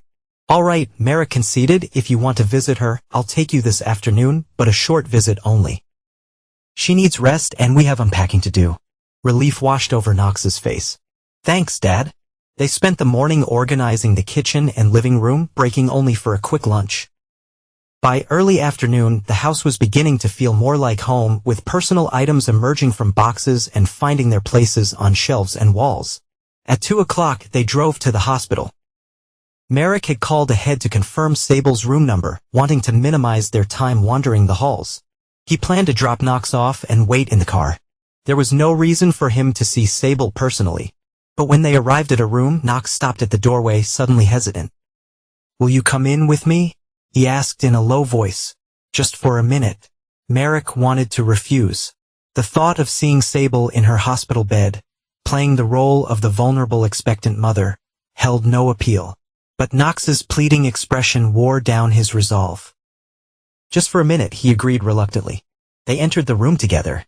Sable lay in the hospital bed, monitors beeping softly beside her. She looked smaller somehow, paler than Merrick remembered. Her pregnancy more pronounced against her diminished frame. Her eyes widened when she saw them both. Knox, she said, her voice weak but warm. You came. Hey, Mom. Knox replied, approaching the bed cautiously. Dad brought me. How are you feeling? Better now that you're here, she said, reaching for his hand. Her gaze shifted to Merrick, standing awkwardly by the door. Merrick, I didn't expect to see you. Knox wanted company. He explained stiffly. I'll wait outside. No, please, Sable said quickly. Stay. Just for a moment. Against his better judgment, Merrick remained, watching as Knox asked his mother questions about her condition and the baby. Sable explained in simplified terms that her blood pressure was too high, putting stress on her and the baby, but that the doctors were taking good care of them both. They might induce early if things don't improve, she explained. But for now, it's just rest and monitoring. Is Milo coming to see you? Knox asked innocently. Sable's expression faltered. No, honey, Milo and I were not in contact anymore. He's focusing on his fiancée and their babies. So who's helping you? Knox pressed, concern evident in his voice. Grandma and Grandpa, they've been wonderful, Sable confirmed. But they had to go back to Boulder today for Grandpa's doctor appointment. They'll be back tomorrow. So you're alone tonight? Knox looked troubled by this. The nurses check on me regularly, Sable assured him. I'm not really alone. Merrick could see where this conversation was heading. Knox's protective instincts were being activated exactly as Sable had intended, whether her condition was as serious as she implied or not. She was masterfully playing on Knox's sympathies. Knox, Merrick said, checking his watch, we should let your mother rest now. We've got more unpacking to do home. But she's all alone. Knox protested exactly as Merrick had predicted. The hospital staff will take good care of her. Merrick assured him firmly. It's okay. Honey, Sable said to Knox, though her expression suggested otherwise. Your father's right, you should go help with the new house. I'm so glad you came to see me even briefly.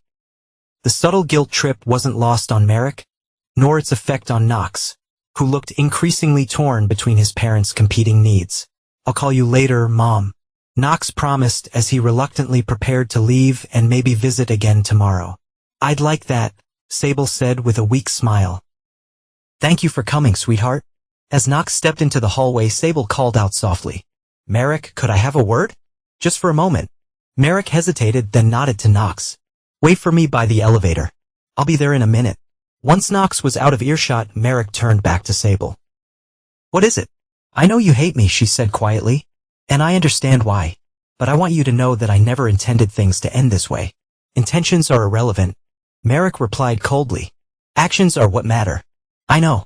She adjusted herself in the bed, wincing slightly. I'm not asking for forgiveness. I wanted to tell you that I'm sorry for everything. Merrick studied her, looking for signs of manipulation for the calculated charm she had always wielded so effectively. All he saw was exhaustion and what appeared to be genuine regret. Your apology is noted, he said finally, but it changes nothing. I didn't expect it to, she admitted. I just needed to say it. For myself, I guess. If that's all, Merrick began, turning to leave. There is one more thing, Sable said hurriedly. A practical matter. My apartment. I don't have anyone who can check on while I'm here. Make sure everything's okay. My plants, she trailed off, evidently hearing how trivial the concern sounded. Call the building manager. Merrick suggested, unmoved, right? Of course. She looked down at her hands. Thank you for bringing Knox. It meant a lot to see him. Merrick nodded once, then left without further comment. Joining Knox at the elevator, the boy was unusually quiet as they rode down to the parking level. You okay? Merrick asked as they got into the car. Yeah, Knox said, though his tone suggested otherwise. Just worried about Mom. The doctors know what they're doing, Merrick assured him. Preeclampsia is serious but manageable with proper medical care. It's not just that. Knox admitted, she seems so alone. Everyone's left her, you Milo, even Grandma and Grandpa had to go back to Boulder. Your mother has made choices that have consequences. Merrick reminded him gently. Part of growing up is understanding that our actions affect our relationships. I know, Knox said, staring out the window, but it still makes me sad. Merrick didn't have a response to that. Knox's compassion was admirable even if Merrick couldn't share it when it came to Sable. Instead, he changed the subject, focusing on their plans for the rest of the day, which boxes to unpack next, where to order dinner from, whether Knox's gaming console should go in his room or the basement rec room. By evening, they had made significant progress on the unpacking, though Knox's mood remained subdued. He checked his phone frequently, presumably for updates from Sable, though he didn't share any with Merrick. After Knox went to bed, Merrick sat in his newly arranged living room, glass of whiskey in hand, contemplating the day's events. Seeing Sable in the hospital had been unsettling, not because he felt any lingering attachment, but because it had highlighted the stark contrast between their current lives. He was moving forward, establishing a new home with Knox. While Sable was alone in a hospital room, her dreams of a future with Milo apparently shattered. There was a certain justice in that, Merrick acknowledged. She had attempted to build a new life by destroying their family. And now that plan had collapsed around her. Actions and consequences. Just as he'd explained to Knox, oh, why did victory taste so hollow?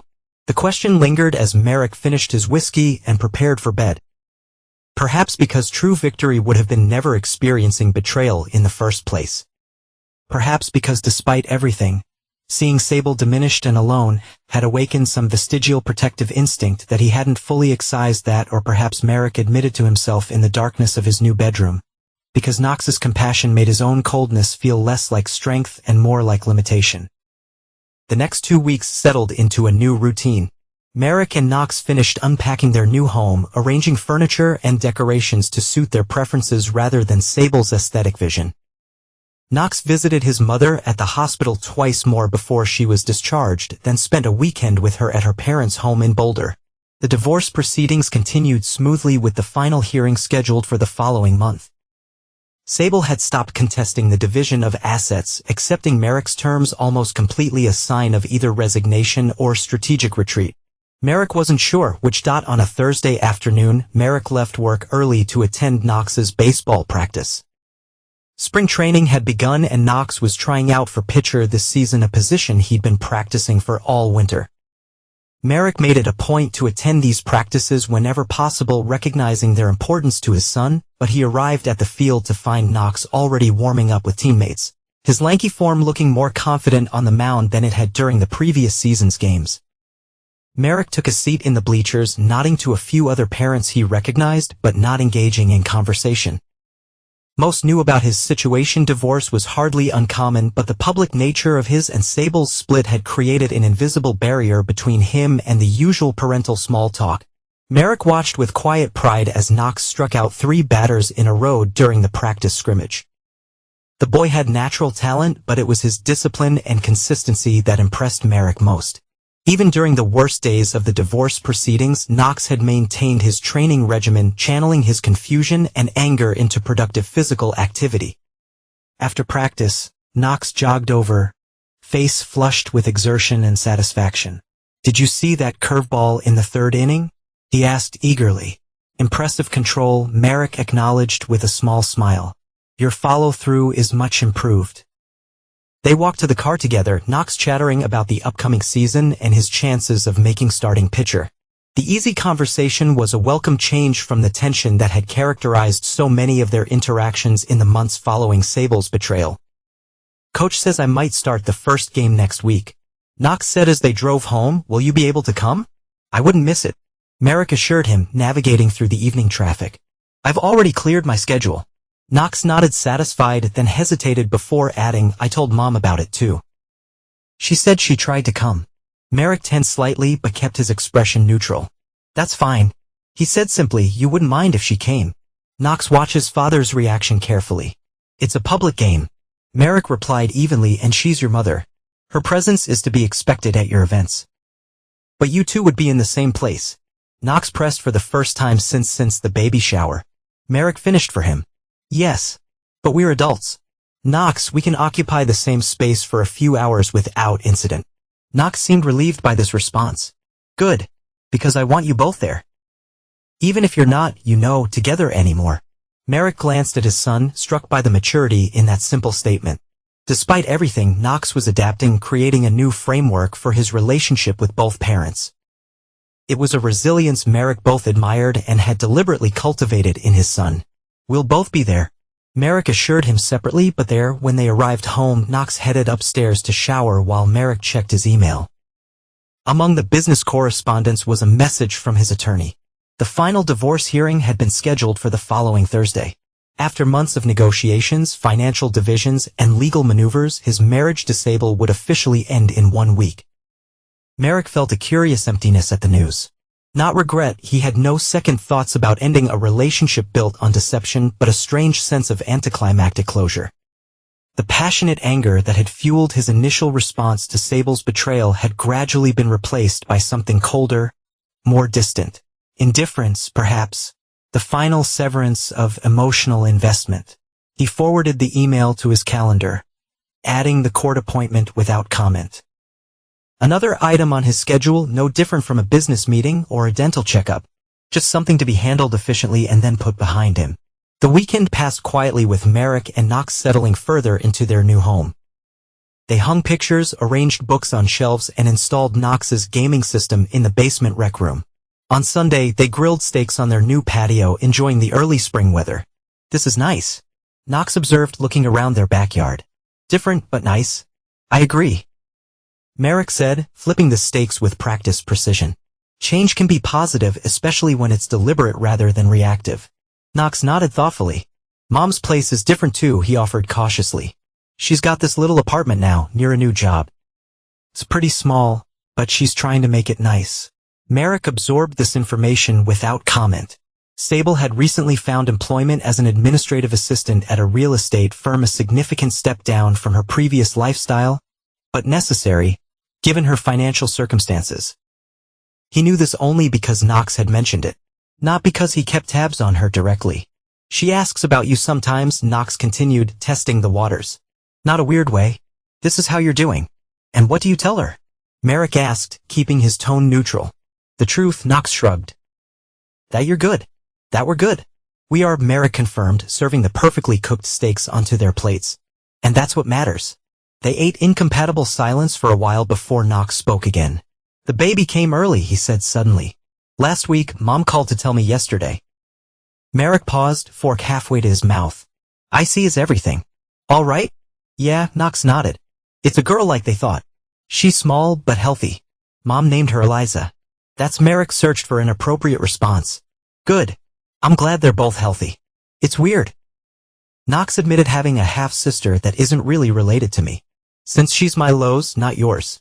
Biology isn't the only form of connection. Merrick pointed out carefully.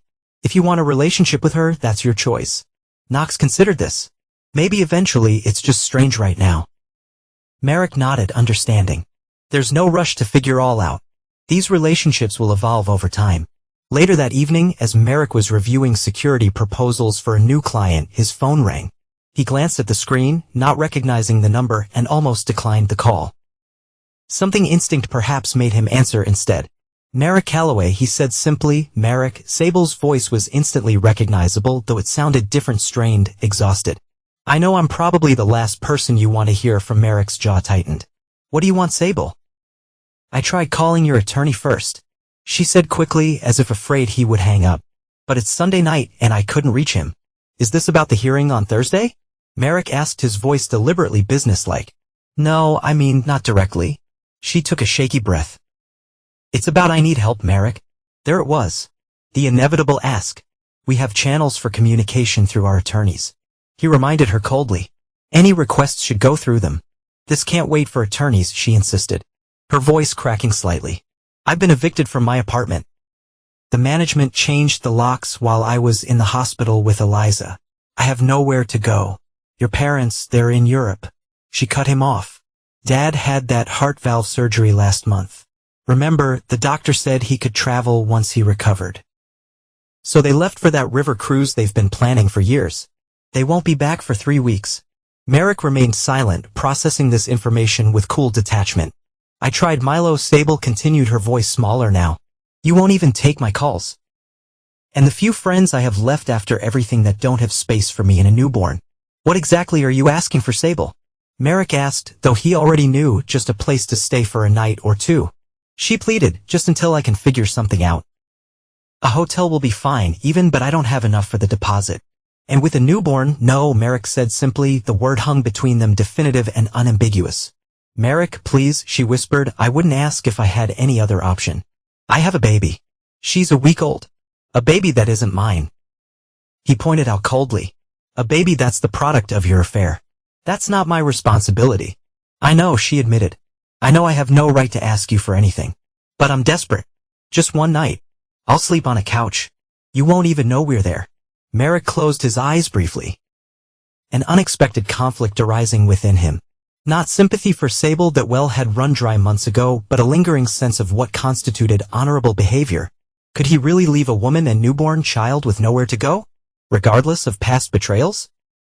Find a women's shelter, he suggested finally. They have resources for situations like yours. I tried, she said, her voice breaking. They're full. There's a waiting list. The silence stretched between them.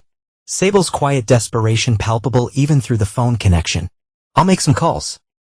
Merrick said eventually, see if I can find you temporary accommodation. Thank you. Sable breathed relief, evident in her voice. Thank you, Merrick. Don't thank me yet. He cautioned, and understand that this is a one-time exception. After this, all communication returns to going through our attorneys. I understand, she assured him quickly. I'm at the hospital parking lot right now. They let me stay an extra day, but we have to leave by morning. I'll text you information when I have it. Merrick said, don't call again unless it's an emergency involving Knox. He ended the call without waiting for her response, already mentally reviewing his options. He had contacts at several hotels through a security business. Calling a favor for a discounted extended stay room would be simple enough. It wasn't ideal, certainly not what Sable had been hoping for. But it would provide shelter, which was all he was willing to offer. As he picked up his phone to make the first call, Knox appeared in the doorway of his office. "Was that Mom?" he asked, his expression troubled. Merrick hesitated, then nodded. "Yes, she's having some housing difficulties with the baby." Knox looked alarmed. "Where are they going to go?" "I'm arranging temporary accommodations." Merrick assured him a hotel room until she can find something more permanent. Relief washed over Knox's face. "Good. I was worried when she texted me that she might have to sleep in her car." So she had contacted Knox first. Merrick realized, using their son as an indirect pressure point. The manipulation was subtle but effective. Knox's concern had clearly been genuine. But it had been deliberately cultivated by Sable's calculated disclosure of her situation. "That won't be necessary," Merrick said firmly. "I'm handling it." Knox nodded, seemingly satisfied. "Thanks, Dad. I know you guys aren't whatever, but it's good you're helping her." The simple gratitude in his son's expression made Merrick pause. Knox saw his assistance, not as weakness or capitulation, but his strength, the ability to set aside personal grievances in the face of genuine need. It was a perspective Merrick hadn't considered that he made the calls, securing a 2-week stay and an extended stay hotel near the hospital where Sable had delivered. It wasn't luxurious, but it was clean, safe, and included kitchenette facilities. He paid up front, specifying that Sable's name should be on the reservation, and texted her the details. Her response was immediate. "Thank you. This means more than you know." Merrick didn't reply. His obligations, self-imposed for Knox's sake rather than Sable's, had been fulfilled. The matter was closed. The days leading up to the final divorce hearing passed quickly, filled with client meetings and Knox's baseball preparations. On Wednesday evening, as they were finishing dinner, Knox broached the subject of the upcoming court appearance.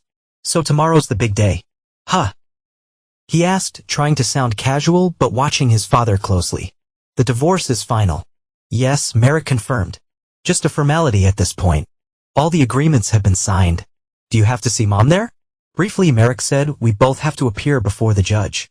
Knox nodded slowly. "Are you okay with it? Seeing her, Merrick considered the question. "It's necessary to complete the legal process," he said pragmatically. "My personal feelings are irrelevant, but you do have feelings about it." Knox pressed. "Even if you don't show them?" Sometimes, Merrick reflected, having raised a perceptive child was inconvenient. "Of course I do," he acknowledged, "but I choose not to let those feelings dictate my actions." "Is that how you handle everything?" Knox asked, genuine curiosity in his voice. "Just push the feelings aside and focus on what needs to be done." "Not exactly," Merrick explained, recognizing the teachable moment. "It's about understanding that emotions are information, data points to be considered, but not necessarily instructions to be followed. Sometimes the most appropriate response to a feeling is to acknowledge it and then set it aside." Knox absorbed this, his expression thoughtful. "That makes sense, I guess. But it seems hard." "It's a skill," Merrick said, "like any other. It takes practice." "Is that what you're doing with Mom? Acknowledging your feelings but setting them aside?" Merrick nodded slowly, in a manner of speaking. "Yes." "And were those feelings?" Knox asked quietly. "If you don't mind me asking." Merrick paused, considering how much to share with his son. Knox deserved honesty, but Merrick was also conscious of not burdening him with adult complexities. "Disappointment," he said. "Finally, anger at times, a sense of wasted potential. Perhaps your mother and I built something significant together. Seeing it deliberately destroyed is regrettable. But you don't hate her." Knox observed. "You wouldn't have helped her with the hotel if you hated her. Hatred requires continued emotional investment." Merrick repeated his earlier explanation. "I prefer to direct my energy toward more constructive purposes." Knox seemed satisfied with this response, moving the conversation to his upcoming baseball game. But the discussion lingered in Merrick's mind as he prepared for the next day's court appearance, selecting a conservative suit and reviewing the final divorce documents one last time. The hearing itself was anticlimactic, a brief procedural formality that took less than 30 minutes. Sable arrived with her attorney, looking dramatically different from the confident socialite she had been during their marriage. Her postpartum figure was draped in a simple navy dress. Her once elaborate hairstyle, now a practical bob. She carried herself with visible weariness. The newborn Eliza bundled in a carrier against her chest. Merrick acknowledged her with a brief nod as they took their places at opposite tables. Throughout the judge's questions and the formal dissolution pronouncement, He maintained professional composure, answering clearly when addressed and signing the final papers with steady hands. Sable did the same. Though Merrick noticed her voice wavering slightly when she confirmed her understanding of the custody arrangements for Knox. The judge approved the settlement, declared their marriage legally dissolved, and dismissed the court. As Merrick gathered his documents, Sable approached hesitantly, the baby carrier creating an awkward barrier between them. "Merrick," she began softly, "I wanted to thank you for the hotel arrangement." He nodded once, not meeting her eyes. "It was necessary." "Still," she persisted, "you didn't have to do it." After everything Knox was concerned, Merrick explained simply, "It was for his peace of mind." Sable glanced down at the sleeping infant. "I know you don't want anything to do with her," she said quietly, "and I understand that. But I want you to know that I'm trying to make better choices now."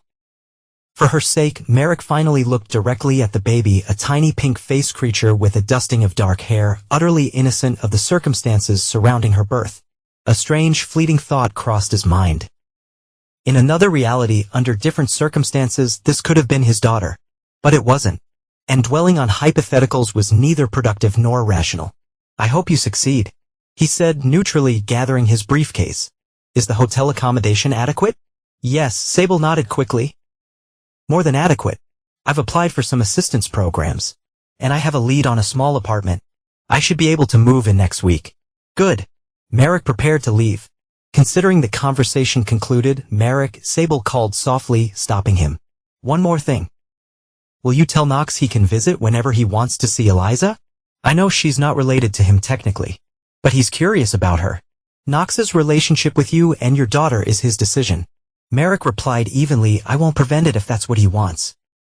Sable's eyes filled with tears of gratitude or regret. Merrick couldn't tell.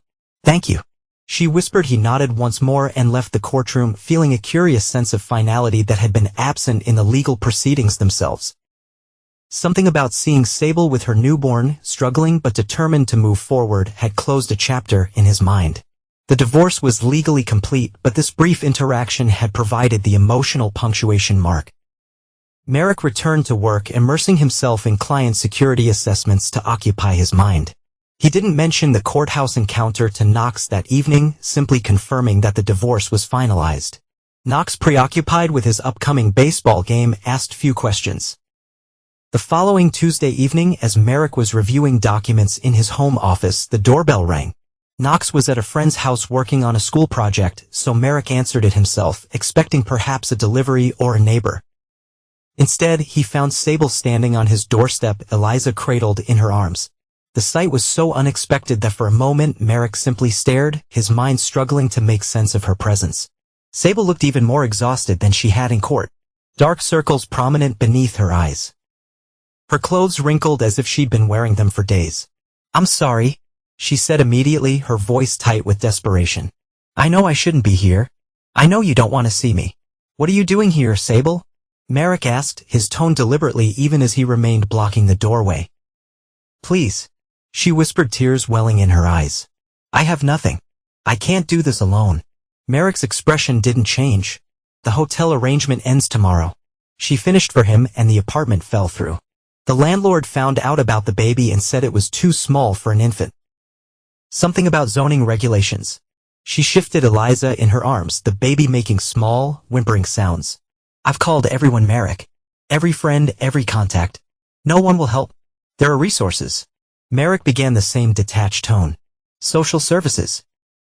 I've been to 3 different agencies this week." Sable cut him off, a note of frantic energy entering her voice. "There are waiting lists for everything. Months-long waiting lists."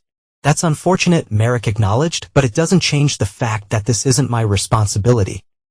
"I know," she admitted, her shoulders slumping. "I know that, but I don't know what else to do. Where else to go?" Her voice broke. "I made horrible choices. I destroyed everything good in my life. I accept that. But Eliza didn't make those choices. She's innocent." Merrick looked at the infant, now fully awake and fussing in Sable's arms. It was true the child bore no responsibility for the circumstances of her conception or the decisions of her parents. But accepting that fact didn't create an obligation for him to intervene. "Please, Merrick," Sable pleaded, desperation clear in her voice. Just for a few days until my parents get back. Just somewhere safe for Eliza. Merrick studied her for a long moment, weighing his options. He could allow them temporary shelter. The house had a guest room that was rarely used. It would be a humanitarian gesture. Nothing more. Knox would approve, seeing it as the right thing to do regardless of past grievances. But another part of him, the part that had been systematically betrayed for months, the part that had discovered his wife's deception and manipulation, balked at the idea. Allowing Sable back into his home, even temporarily, felt like an unacceptable compromise of the boundaries he had established. "You weren't alone when you destroyed our family," he said finally, his voice devoid of emotion. Before she could respond, he closed the door firmly, the soft click of the latch like a period at the end of a definitive sentence. Through the door, he could hear Sable's quiet sobs, the baby's cries growing more insistent. He stood motionless in the entryway, waiting until the sounds receded, until he heard the start of a car engine and the crunch of tires on the driveway as she departed. Only then did he move, returning to his office and his work as if the interruption had never occurred. If he felt anything about the encounter, regret, vindication, doubt, he didn't acknowledge it, channeling his focus back to the client security proposal on his screen. When Knox returned home an hour later, excited about the project he and his friend had completed, Merrick listened and responded appropriately, giving no indication of Sable's visit. There was no reason to burden his son with the situation. Knox had already adapted admirably to the new family configuration. Introducing this additional complication would serve no constructive purpose. The next day was Knox's first baseball game of the season. Merrick arrived early, finding a good seat in the stands where he could clearly see the pitcher's mound. Knox had indeed been named starting pitcher, an achievement that Merrick had acknowledged with quiet pride. As the teams warmed up, Merrick noticed Sable entering the bleachers on the opposite side of the field. She moved carefully, the baby carrier held close to her body, looking for an empty space. Their eyes met briefly across the distance, and Merrick gave a slight nod of acknowledgement before turning his attention back to the field. The game began with Knox striking out the first two batters, his control and technique demonstrating the results of his dedicated practice. Merrick watched with satisfaction, occasionally glancing towards Sable, who cheered enthusiastically for their son, despite her obvious exhaustion. During the seventh inning stretch, Merrick left his seat to get a bottle of water. As he returned, he found Knox jogging over to him, still in his uniform. "Did you see that slider in the fifth?" Knox asked excitedly. "Coach says my release point is perfect now." "It was excellent." Merrick agreed, genuine approval in his tone. "Your practice is paying off." Knox beamed at the praise, then glanced toward where Sable sat with Eliza. "Mom came to," he observed with the baby. "I noticed," Merrick said, neutrally. "I'm going to go say hi to them before the last inning." Knox decided. "Coach put Rivera into clothes. So I'm done pitching." "Go ahead," Merrick encouraged. "Your mother would like that." Knox jogged across the field, climbing into the stands to sit beside Sable for a few minutes.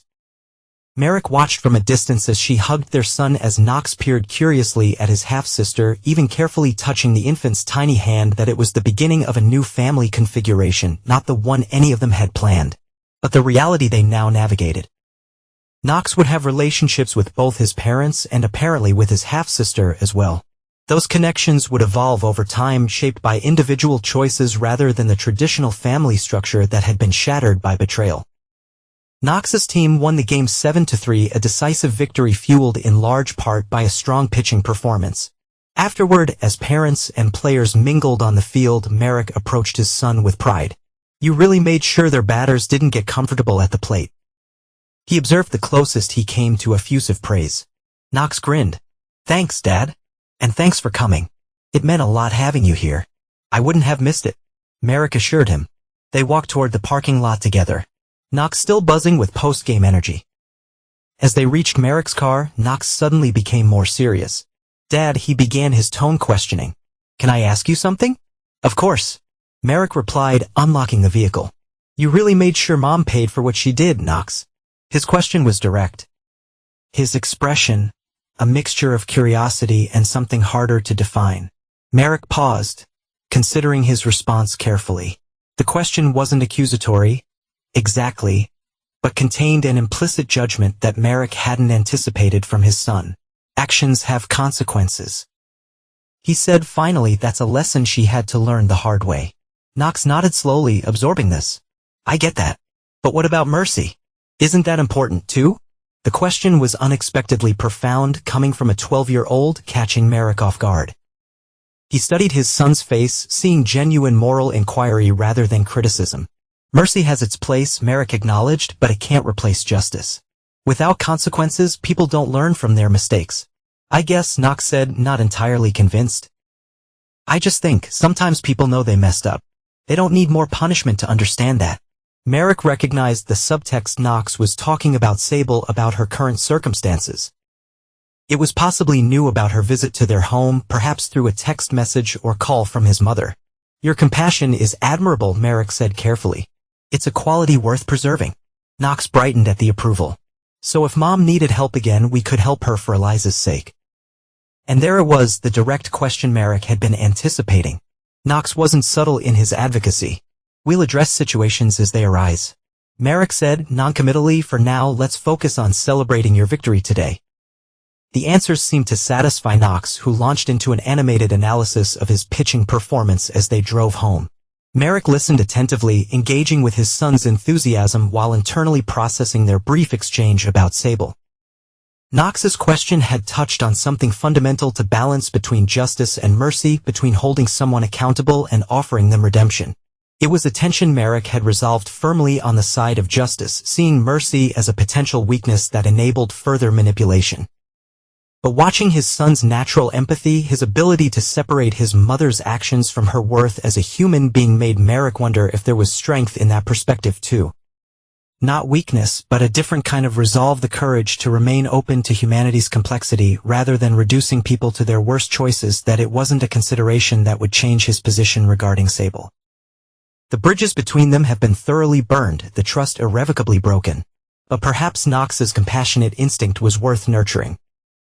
Even if Merrick himself couldn't share it. As the sun set over their new neighborhood, Merrick watched Knox practice pitching motions in their backyard, his form silhouetted against the darkening sky. His son was building his own moral framework, one informed by but not identical to Merrick's. That was perhaps the most important outcome of all, not that Sable had faced consequences, but that Knox was developing the capacity to navigate complex ethical terrain with both principle and compassion. Merrick turned and walked back in the house, closing the door on the fading light. Behind him, Knox continued his practice, the rhythmic sound of his movement a steady counterpoint to the evening silence. Ahead lay a future neither of them had anticipated, but that they were building together step by deliberate step, free from deception, free from betrayal, and increasingly free from the anger that had fueled the initial response to Sable's affair. What remained was a cold clarity, a certainty that he had responded appropriately to an untenable situation. Victory, Merrick reflected, looked different than he had imagined. It wasn't the public humiliation of Sable or her financial ruin. It wasn't even the final divorce decree or her current struggles. It was this: a life rebuilt on honest foundations, a relationship with his son based on trust and respect, and a quiet knowledge that he had emerged from betrayal not destroyed, but stronger. That was consequence enough.